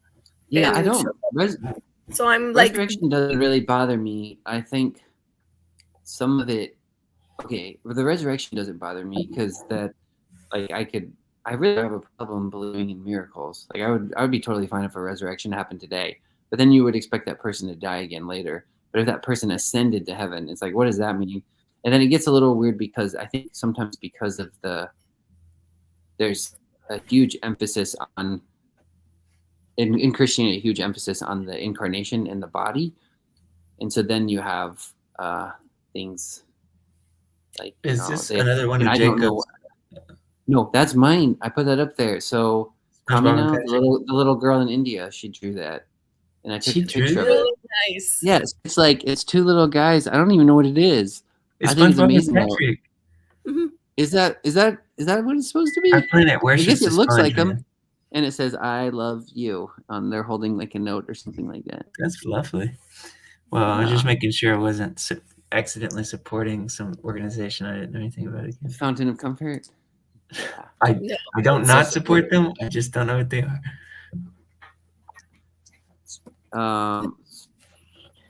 What was I saying? Oh yeah, the Ascension. You're So talking yeah, but the Ascension's just like, yeah, metaphysically it's hard, that's for sure. But then I don't even know. You just can't.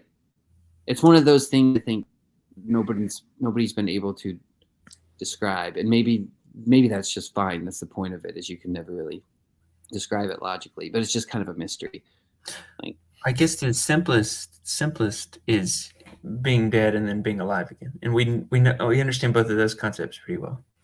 Well, that's for resurrection. Ascension, it Oh, doesn't- ascension. Sorry, yeah. He was talking ascension, but there is the prophet that God took. Same thing. yeah, I got sucked up. Elijah, Enoch, as well. Yeah. Yeah, So it's kind of like not an unheard of thing. yeah. This is I think I understand it. I think poetically and symbolically it makes sense. But then, like I said, when the point of Christianity is that all the poetic and symbolic things are incarnate in some way. It's Or at least become sub-reality incarnate in some way. to super reality. 2D to 3D maybe is a good way to think about it. That's where. What? Unless Didn't catch what he said. I was just trying to think of some analogs, incarnational analogs we could use, and I thought of, the super reality, sub reality, 2D to 3D. If you were to ascend from a drawing on this notepad into Jason yourself, maybe this is an ascension. It's a dimensional kind of transference or something. Earth as it is in heaven. But I like your drawing of it with the balloons, man. It's just being on the ground and then being in the sky. Simple as. Maybe you can pull that up in here. When you let don't know go if I of a can change balloon, which, by the way, is the most horrible feeling you can imagine as a When kid, it floats away from you. it burns in your Yeah. hand just holding it because of the fact that you could accidentally let it go. And then you do, and you just watch it ascend. That's the ascension. And then it disappears. Okay. Where did it disappear to? Heaven. Okay. It didn't pop in the atmosphere. It's in heaven now. The balloon, yeah. Just Balloon is in heaven. But don't they come back down? It deflates, and then No. the body Common of the balloon. misconception. So Common it never misconception. does. So Let me see if I can present this. Share screen. Where is it? maybe no, because we like saying bodily resurrected. We get Oh, here very we go. serious about this. But if the body of Jesus deflated back to earth and his spirit entered into heaven, is not a good way to Is that think. I don't think that's even working. I'm gonna have to stop this. Are you showing the picture? I was trying to, but it's let me see if I can open it in like Google Chrome or something. Can I show you while we're waiting? Can I show your cover art Oh, I from your can. book? Yeah, go for it. I'm getting it right now. Let's see. Present. Now, is this a new book? Available on It's- Amazon. Oh yeah, that's the book I did. Available on That's the Amazon one I and soon did. to be available on audiobook. If Soon to we be can get available our- on audiobook. If we- Excellent. If Jason's friends can get their access. Yeah, if they can actually. Nice. Yes. This is a agreement. classic So this Jason art is piece. my watercolor of the Ascension of Christ with the balloons, like Pooh Bear. One time, Jason, there were 6 of us, 7 of us together hanging out. He made us all change our phone backgrounds to this. We were like, we like having our wife and kids on our background. And you're like, no, you have to change it to my artwork. I didn't do this.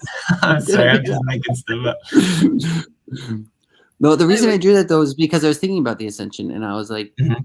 just trying to be honest with myself, and I was like, well, so Jonathan Peugeot, a long time ago, I wrote him a question in his Q&A, asking him if he could describe the Ascension, and when he got to my question, he just kind of laughed it off. He was like, "What do you think that means?" and didn't say anything about it.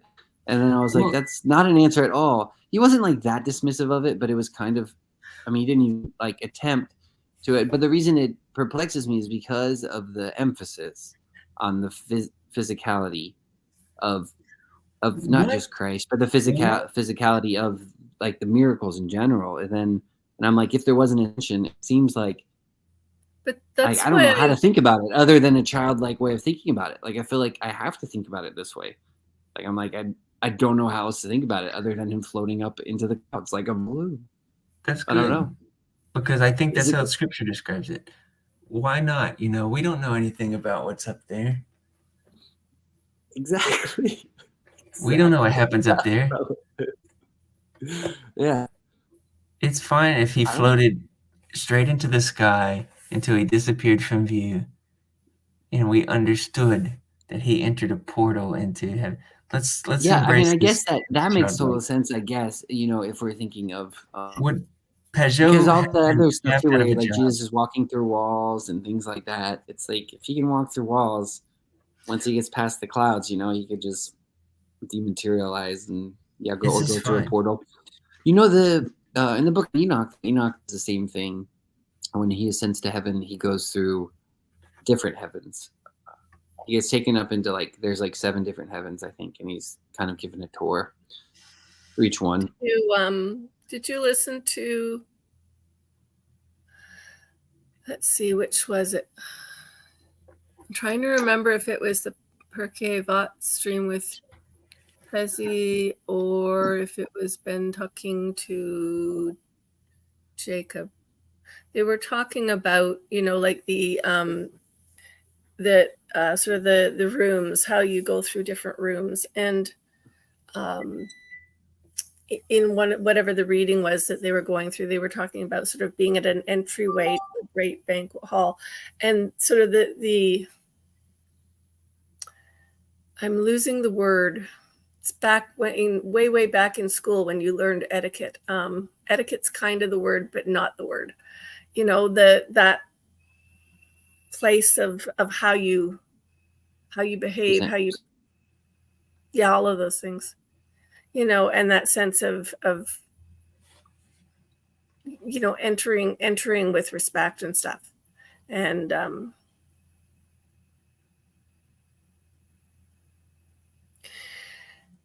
sorry, I'm reading the comments. Yeah. Oh.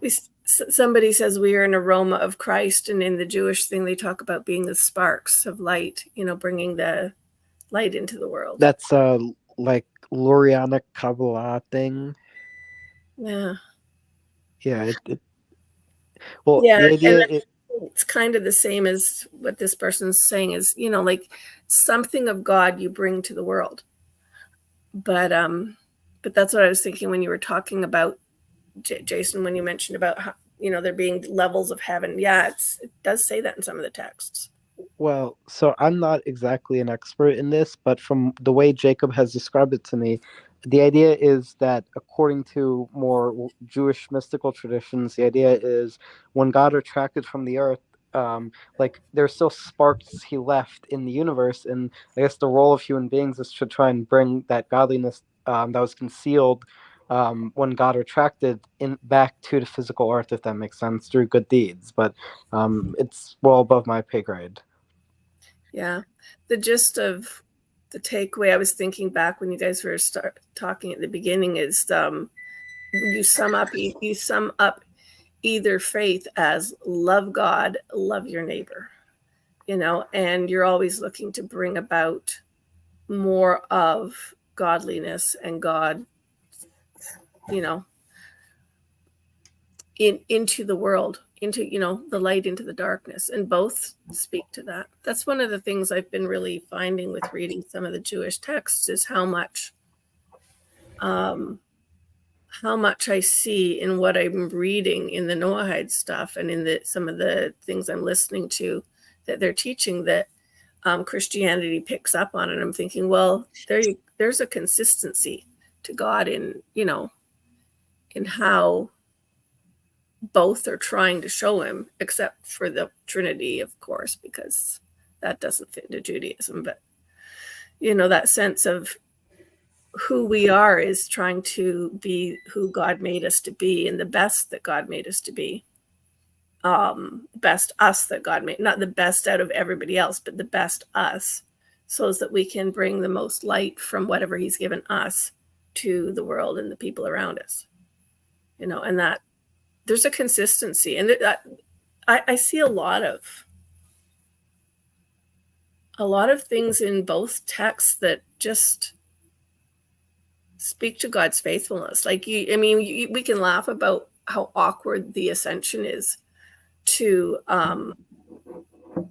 describe, but if you don't just make a big deal out of it only on the Christian side, and you realize that there were similar events in the Jewish text, it's like, okay, so this is a thing God does.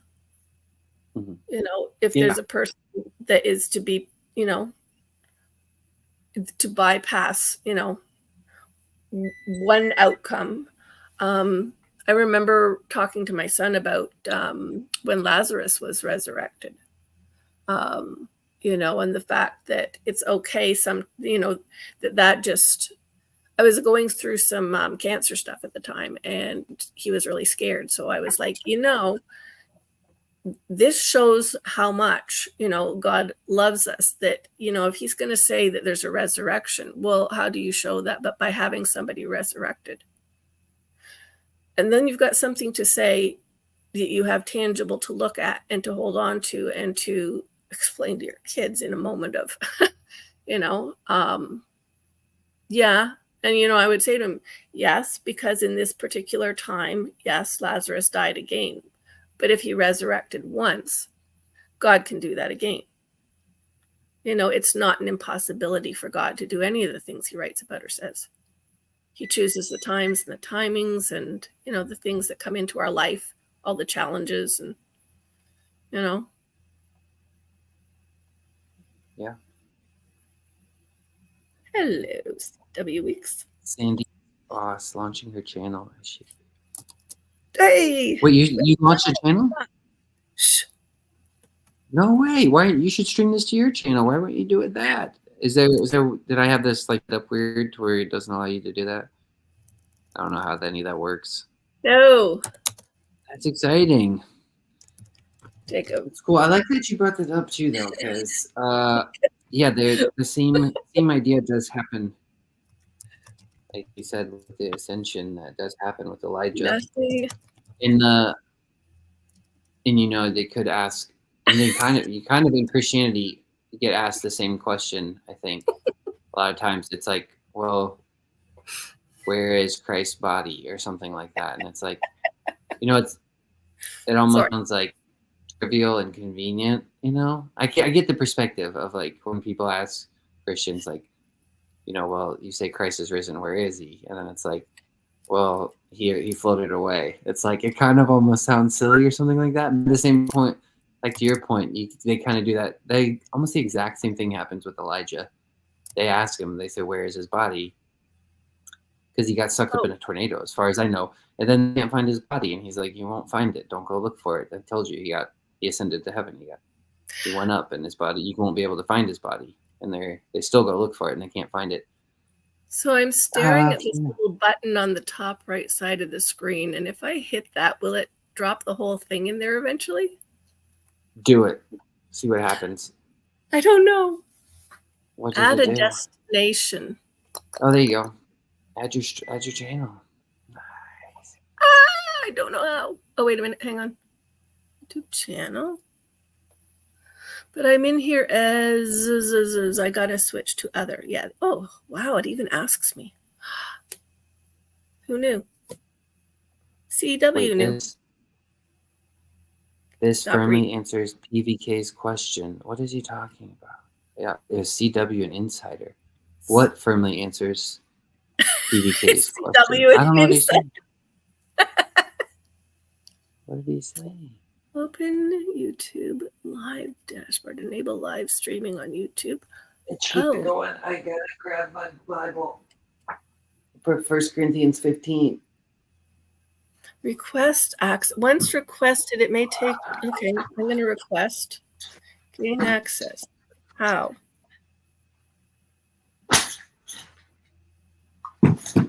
Seriously? Why is that always the question? Sorry. What happened? Oh. Nothing. I'm reading bits of. Wait. 1 Corinthians 15. Get code. I know this. I know I know it's live in talked the- about the resurrection stuff, but I don't know that this has been very helpful for me in the past. It still seems incredibly mysterious to me.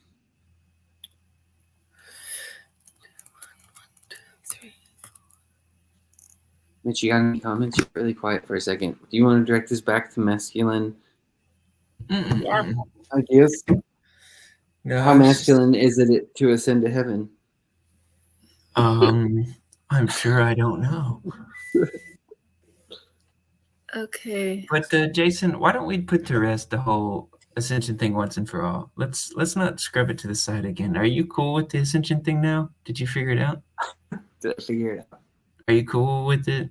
You What do you mean understand put how? it to rest? Put it to rest once and for all. Well, it's See, that's like what I mean. I feel like we keep there's. coming back I have to this it, intuition where like your perspective on things just surpasses mine because you have this ability to just be like, "Shh, it is what it is, and says what it says, and but you were even more like that than I just- was. I when we don't first have to started. wrestle with it. You know, you don't. Well, I still am. Like, I still. It is what it is, and it says what it is. That's what I mean. I literally. I was talking to Joseph about this earlier. Like, I really take this to be the word of God, all of it, like infallible. Like, I'll go there. I'll say it's all infallible, even through translation. Doesn't matter to me. But that's why I wrestle with it so much, because I'm like, if this is infallible, if this says what it says, and I'm supposed to believe it, and base my reality upon this, then what the heck is going on in this book? It's so crazy. Let's just take it very slow, really quick with the ascension, because I feel like, okay, so do you think that it could have been that he just floated up into the air and disappeared? Or do you still have some Yeah. hesitations about that? No, I'm fine with that. Like, I'm kind of actually okay with explanation. I think that's what I mean when I drew that picture. Like, that's what I mean. Like, I don't know how else to think of it other than that way. I can But are you literally, content like to a think about literal it? man floating up into heaven. Does it bother you to Yeah. think about it? No, I mean, not really. Case Will closed, that make man. me? We Will that figured make out me the look? ascension. Will that make me look stupid to probably people like?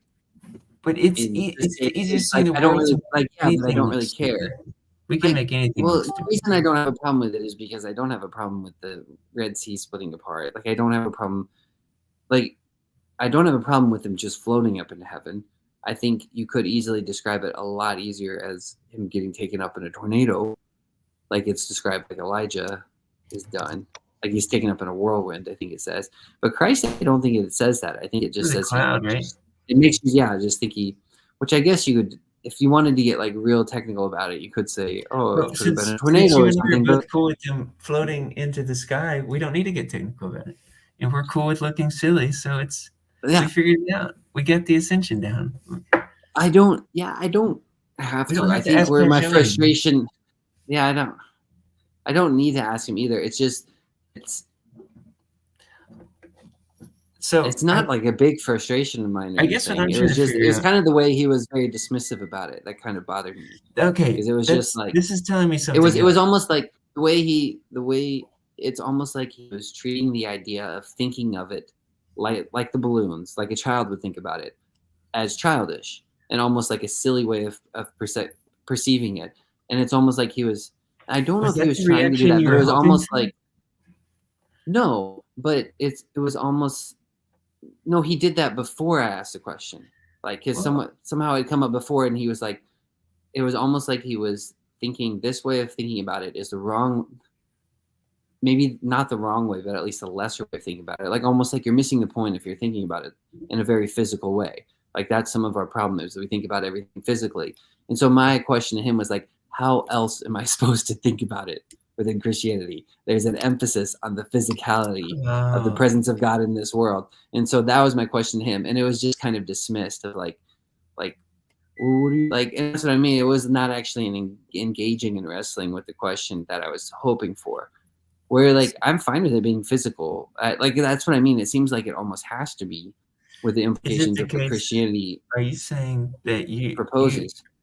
Are you saying that you think, like, I'm fine with it being physical? I'm Jason, and I'm fine with it being physical, but I don't think you are. And that's why I want to keep asking this question, because I want to expose this kind of discomfort people have with a fundamentalist approach to scripture or something. Kind of, yeah. I mean, I don't see why it's silly to think of it in a physical way. Like, I think it you can think of it both. Like, it can be, I think it could be incredibly symbolic. But that's what I was telling Yosef earlier when I was talking to him, was like, I feel like there's a weightiness, like there's more weightiness to when you discover this symbolic or the meaning in the text, because it almost is like it. But I feel like when I discover that, or when I see the true meaning of it, the physical seems just almost like I don't have a problem with believing any of it at that point, because it's all vanity, it's all fleeting. So if like the eternal poetic or symbolic thing is there, and I discover that, it's like, it just seems like it would manifest in the natural.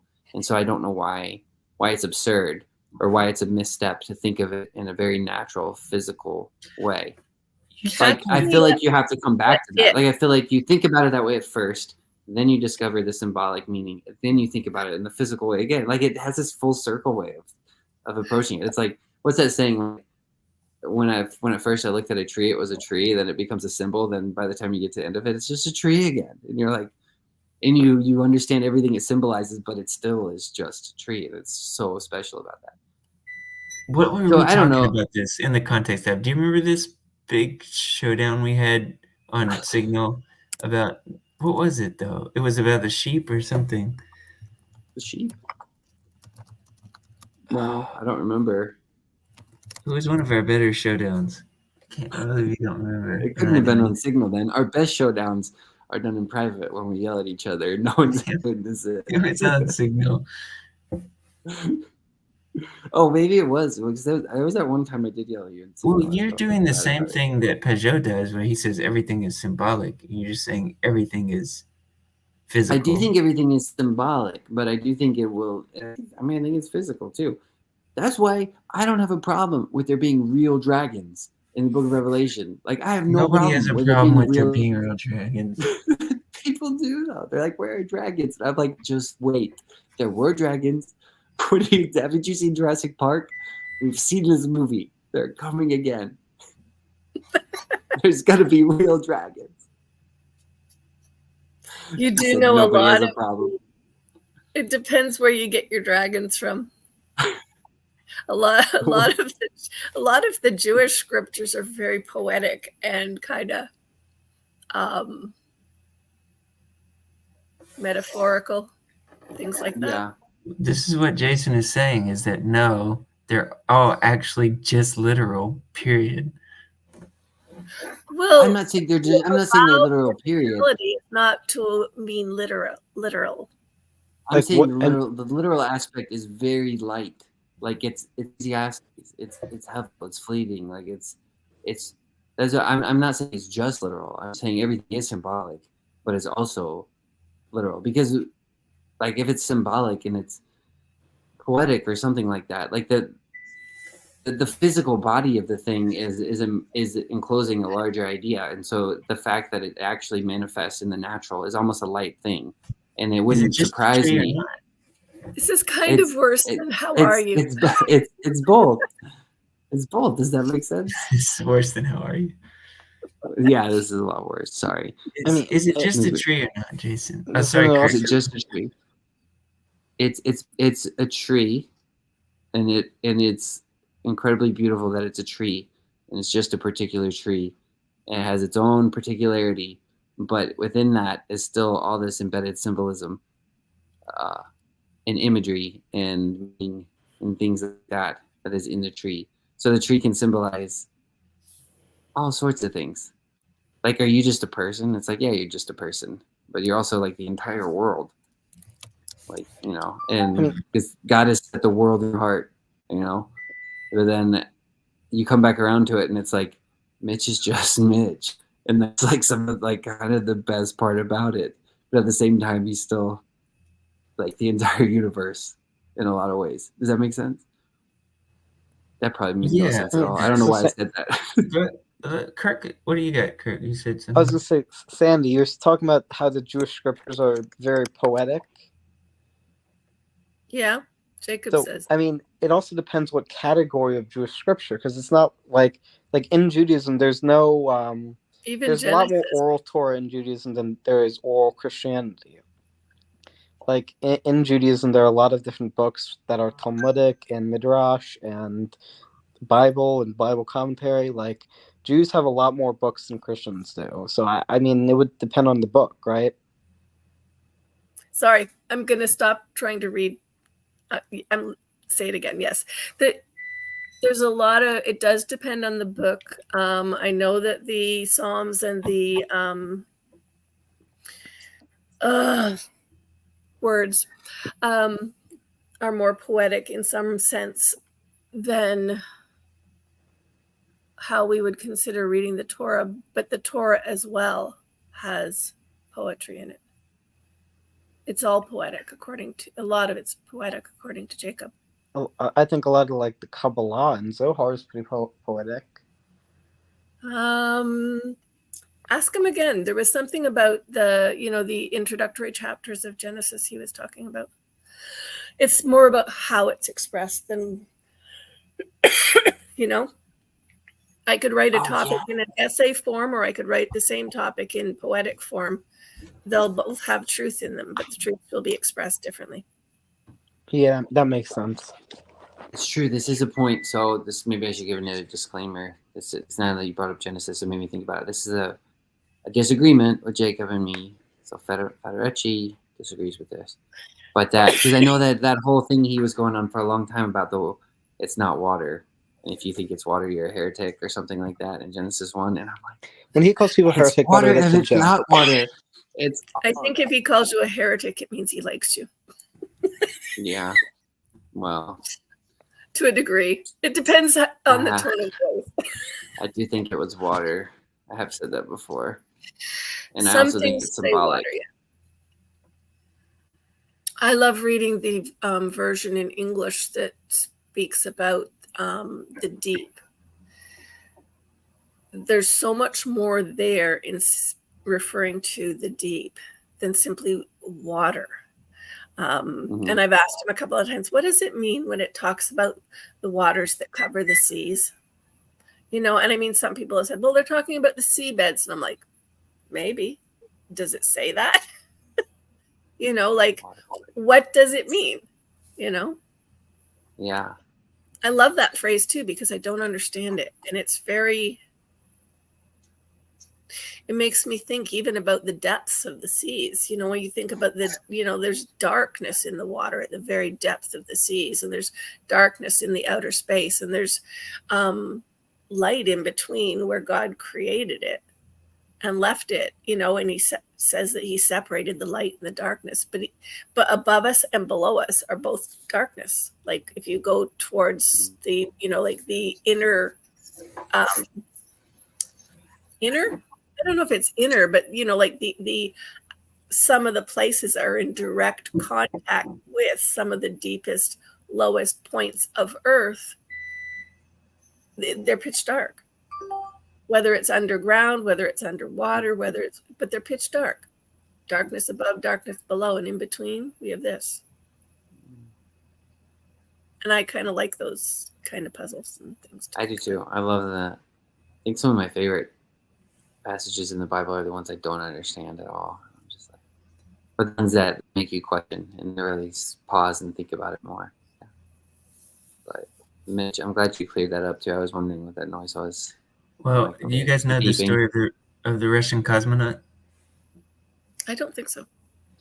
Well, he had taken a voyage into space, and he had broken through the atmosphere, and he was into the blackness of space, and he was just able to, see the curvature of the Earth from through his porthole in his rocket ship, and then all of a sudden he heard this sound that persisted.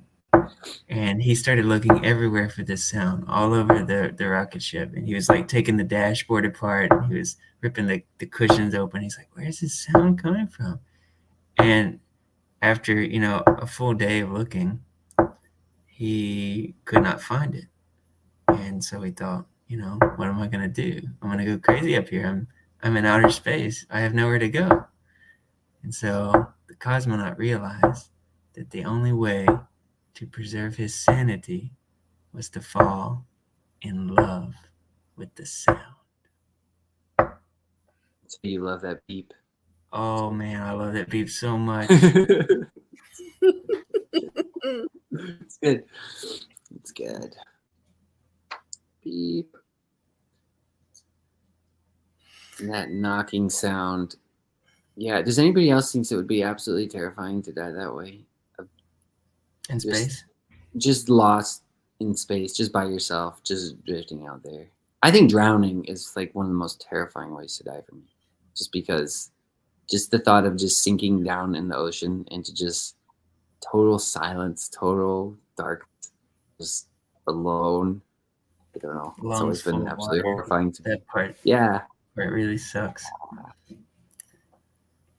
CW said he can't even swim. Oh, you gotta swim. That don't be ashamed of that. That's fine. I know people that can't swim. It's really strange to me though, because I grew up in Florida, and so like everybody I knew growing up would just swim. My parents said when I was a kid, I would jump into the pool, and they'd have to save me because they said I was a baby, and I would just walk and just sink to the bottom and wait for someone to pull me out. And so like swimming was just it was just like so yes, great.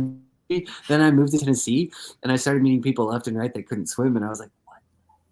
I was like, you're a full-grown person and you can't swim. How did this happen? But it's quite common. A lot of the kids in India can't swim either. One girl drowned, was it last year or the year before? It was really sad. She was just, her and her cousin I think they were just going to bathe or wash. I think they said wash. So I don't know if they were washing clothes. I think they were washing, like just going to bathe though, and they both drowned. It was, yeah. So I think she was like 9, maybe. I don't know. So swimming is good to learn, so you don't drown. Yeah, a Renaissance man knows how to swim. A Renaissance, yeah, that's true. I don't know any Renaissance man. I don't think, and that. Maybe it's you just don't. What about Luke Thompson? We just already established this. I don't really know. Have you seen his elliptical? I mean, I don't really know him. Shared a lot of conversations, but I know I've only interacted with him through the internet so far. Someday. Yeah, we have to keep asking ourselves, our internet friends real friends, and we say yes. I think they are. I would say yes. We keep asking ourselves. keep asking ourselves about the ascension.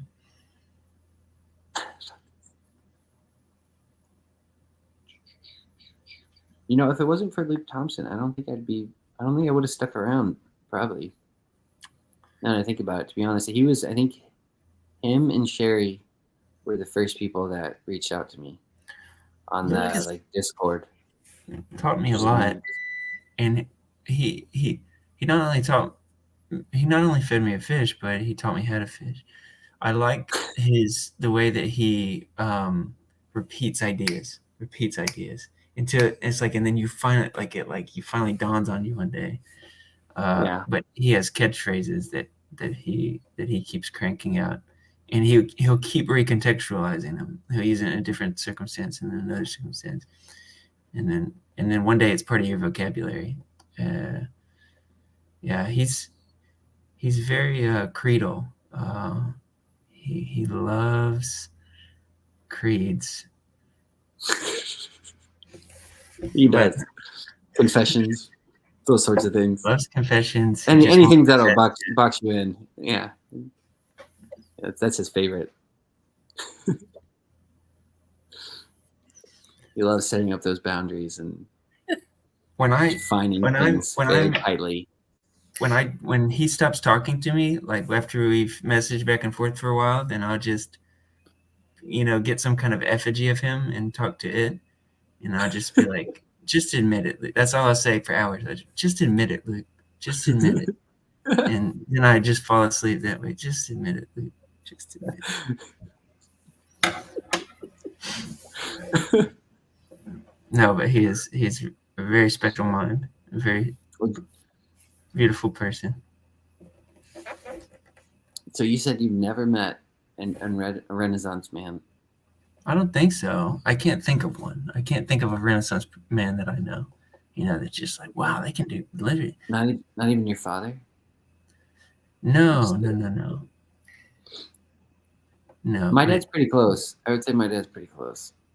Yeah, really. Looking up the definition.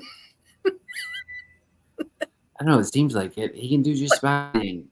He's very strong. powerful. His hands, he could crush a child's skull with his hands. His hands are like twice as big as mine. That's but- really useful. You've met But- my dad. But he's not even bilingual. How can he be a He is. Renaissance man if he's not bilingual? That's one of the attributes? I He has to be bilingual? was just throwing out one I thought would work. Oh, okay, I got That's feminine. Seriously? That's feminine. That's so feminine. Oh, A Renaissance man is Very like, cool. haven't you read that clip from Calvin and Hobbes where he says everybody should speak English or shut up? That's what a Renaissance man says. really? No. I don't think so. You don't cater to anybody. He's firm in his identity. Well, I Speak think English. the idea is just Shut that he's he has many abilities that are varied across different schools of ability. Does this even know what we're asking? I don't know what I mean. I think it'd be kind of like a James Bond figure, maybe, or a Superman figure. I guess. Yeah, okay, yeah, Okay. less Superman. Well, Superman maybe. He just feels kind of like a one-trick pony in some ways. Superman's does. very one-dimensional, very archetypal. So what about But like Bond is a good example because he can do almost anything. And the Mission Impossible guy, Ethan Hunt, is exactly the Renaissance man. Like he never meets a situation that he can't interact with. yeah? What about any Western? Would you include them? Maybe not any Western, but like the No, I don't think the stereotypical Western cowboy. heroes. The Western heroes aren't Renaissance men. They're very much archetypes, one-trick ponies. But aren't they Western? Wouldn't you think? Or no. They're very masculine, but they're not Renaissance men. Okay. A Renaissance man has abilities in a lot of different kind of areas. Okay. Gotcha. He can Yes, ballroom I don't think dance. my dad would as my well dad as would not be karate a, chopping. my dad would not be a Renaissance man then, if that's how it's defined. Sorry, man. It hurts to find out your dad's not a Renaissance man. Every boy grows up thinking their dad's a Renaissance man, and then some schmuck on a live stream. You can't even Spoiled speak it, 2 dude. languages. I'm gonna go tell my dad that right after this stream. I thought it You just can't meant he even had speak 2 calluses on his hands. I thought you were a man. Your dad is a man. Your dad is a man. But not a Renaissance man. Right. Gotcha. All right, I understand more now. Capable of doing everything. You know who could be a Renaissance man, if this is how it's defined, is Mystique from X-Men, right? And she's a woman, but she's pretty multifaceted. Transform herself into Tom Cruise. She may be, Yeah. but I don't remember. Luke may be. I don't know. Luke Not to Thompson? bring I don't- not to bring he Luke can't. back up here. I don't think he can speak 2 languages. I don't think. Well, I don't know. I don't think you have to He speak speaks his own language. language. Seems like that would be in there somewhere. You just have to be able to fake it, right? You have to You have to be able to hang. You Yeah, have to have be able a to- knowledge of the structures of human language enough so where you could still hack it. Yeah, do you think Craig could do that? Craig might be a Renaissance man. I don't know. I don't think so, but he's pretty multi-talented. He really is. He's always pulling something out too. You like find out later. It's like it'd be like, oh, Mhm. like Mhm. how knowledge of music. I didn't know he. I mean, I knew he played a little bit of music, but then he's got Yeah, like, because I was a lot of asking. knowledge of music. I just asked one day in the group chat, like, who can tell me a little bit about Andreas Werkmeister? And he just sent like 30 minutes of like commentary. I was like, are you Okay. reading the Wikipedia page? Check to confirm. No? Okay. I guess you just noticed. Yeah, he's one of those guys. How do we get back on this too? We redirected this back to Renaissance man. That was a good turd. I don't know how that happened. We did it. Well, he said, wait, well-educated, charming, witty, able to dance, write poetry, sing, play music, wrestle.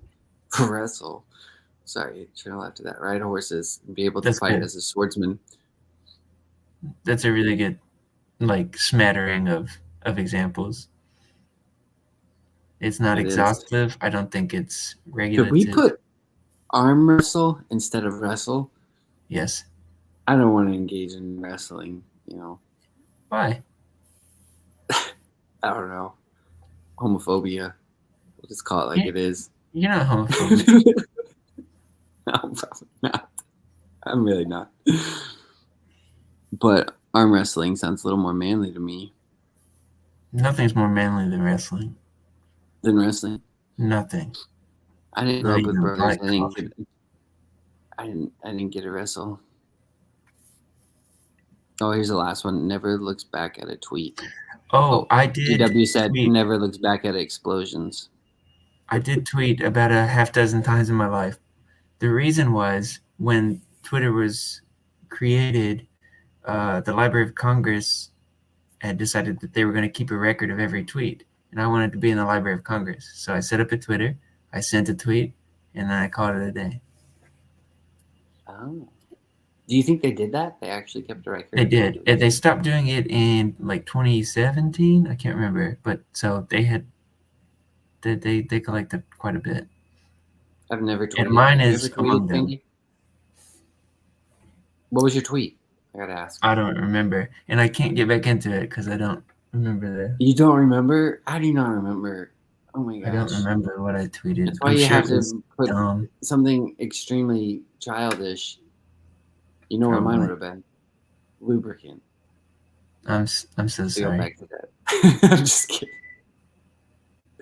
Have you ever tweeted anything, Sandy? Yeah. Yeah. Nice. You're Yeah. ahead of me. I haven't done it. I've never done that. Yeah. Do you still tweet? You missed the Oh. Library of Congress bus. Yeah. And you even missed the Twitter bus. You can't even make a tweet now. You have to do an X thing or whatever they call it. Oh yeah, because it changed, right? Because Yeah. You missed the entire bus. Yeah, that's all right. Whoops. I'm not a Yeah, that's Renaissance all right. man. Never tweeted. They're severely lacking.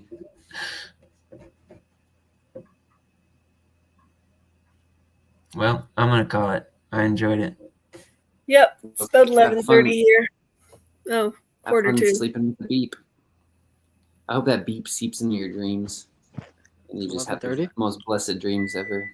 Nice It's meeting you, 11:30 Kurt. here as well. Is that your microwave, or what do you use for your beep? It is a microwave, but it's not mine. This is a hotel. Ah, Man, the hotel life. That's nice. That's fun. Nice seeing y'all. It's good seeing you too, Kirk. Good seeing you, Sandy. you Y'all have a too. good night. Where are you, Sandy, again? Where am I? Ontario. I'm just west of Toronto. Okay. So I'm way north of you, kind of. I hope he sees this later. Yeah. Mitch is international man of mystery. I agree too. He's very mysterious. I always want someone to interview him, but that hasn't happened yet. All right, everybody. Good night. Thanks for hopping on. This was a lot of fun talking to you guys more than talking to It was. myself. So, See you later. all right. Night. See ya. See Bye. you later.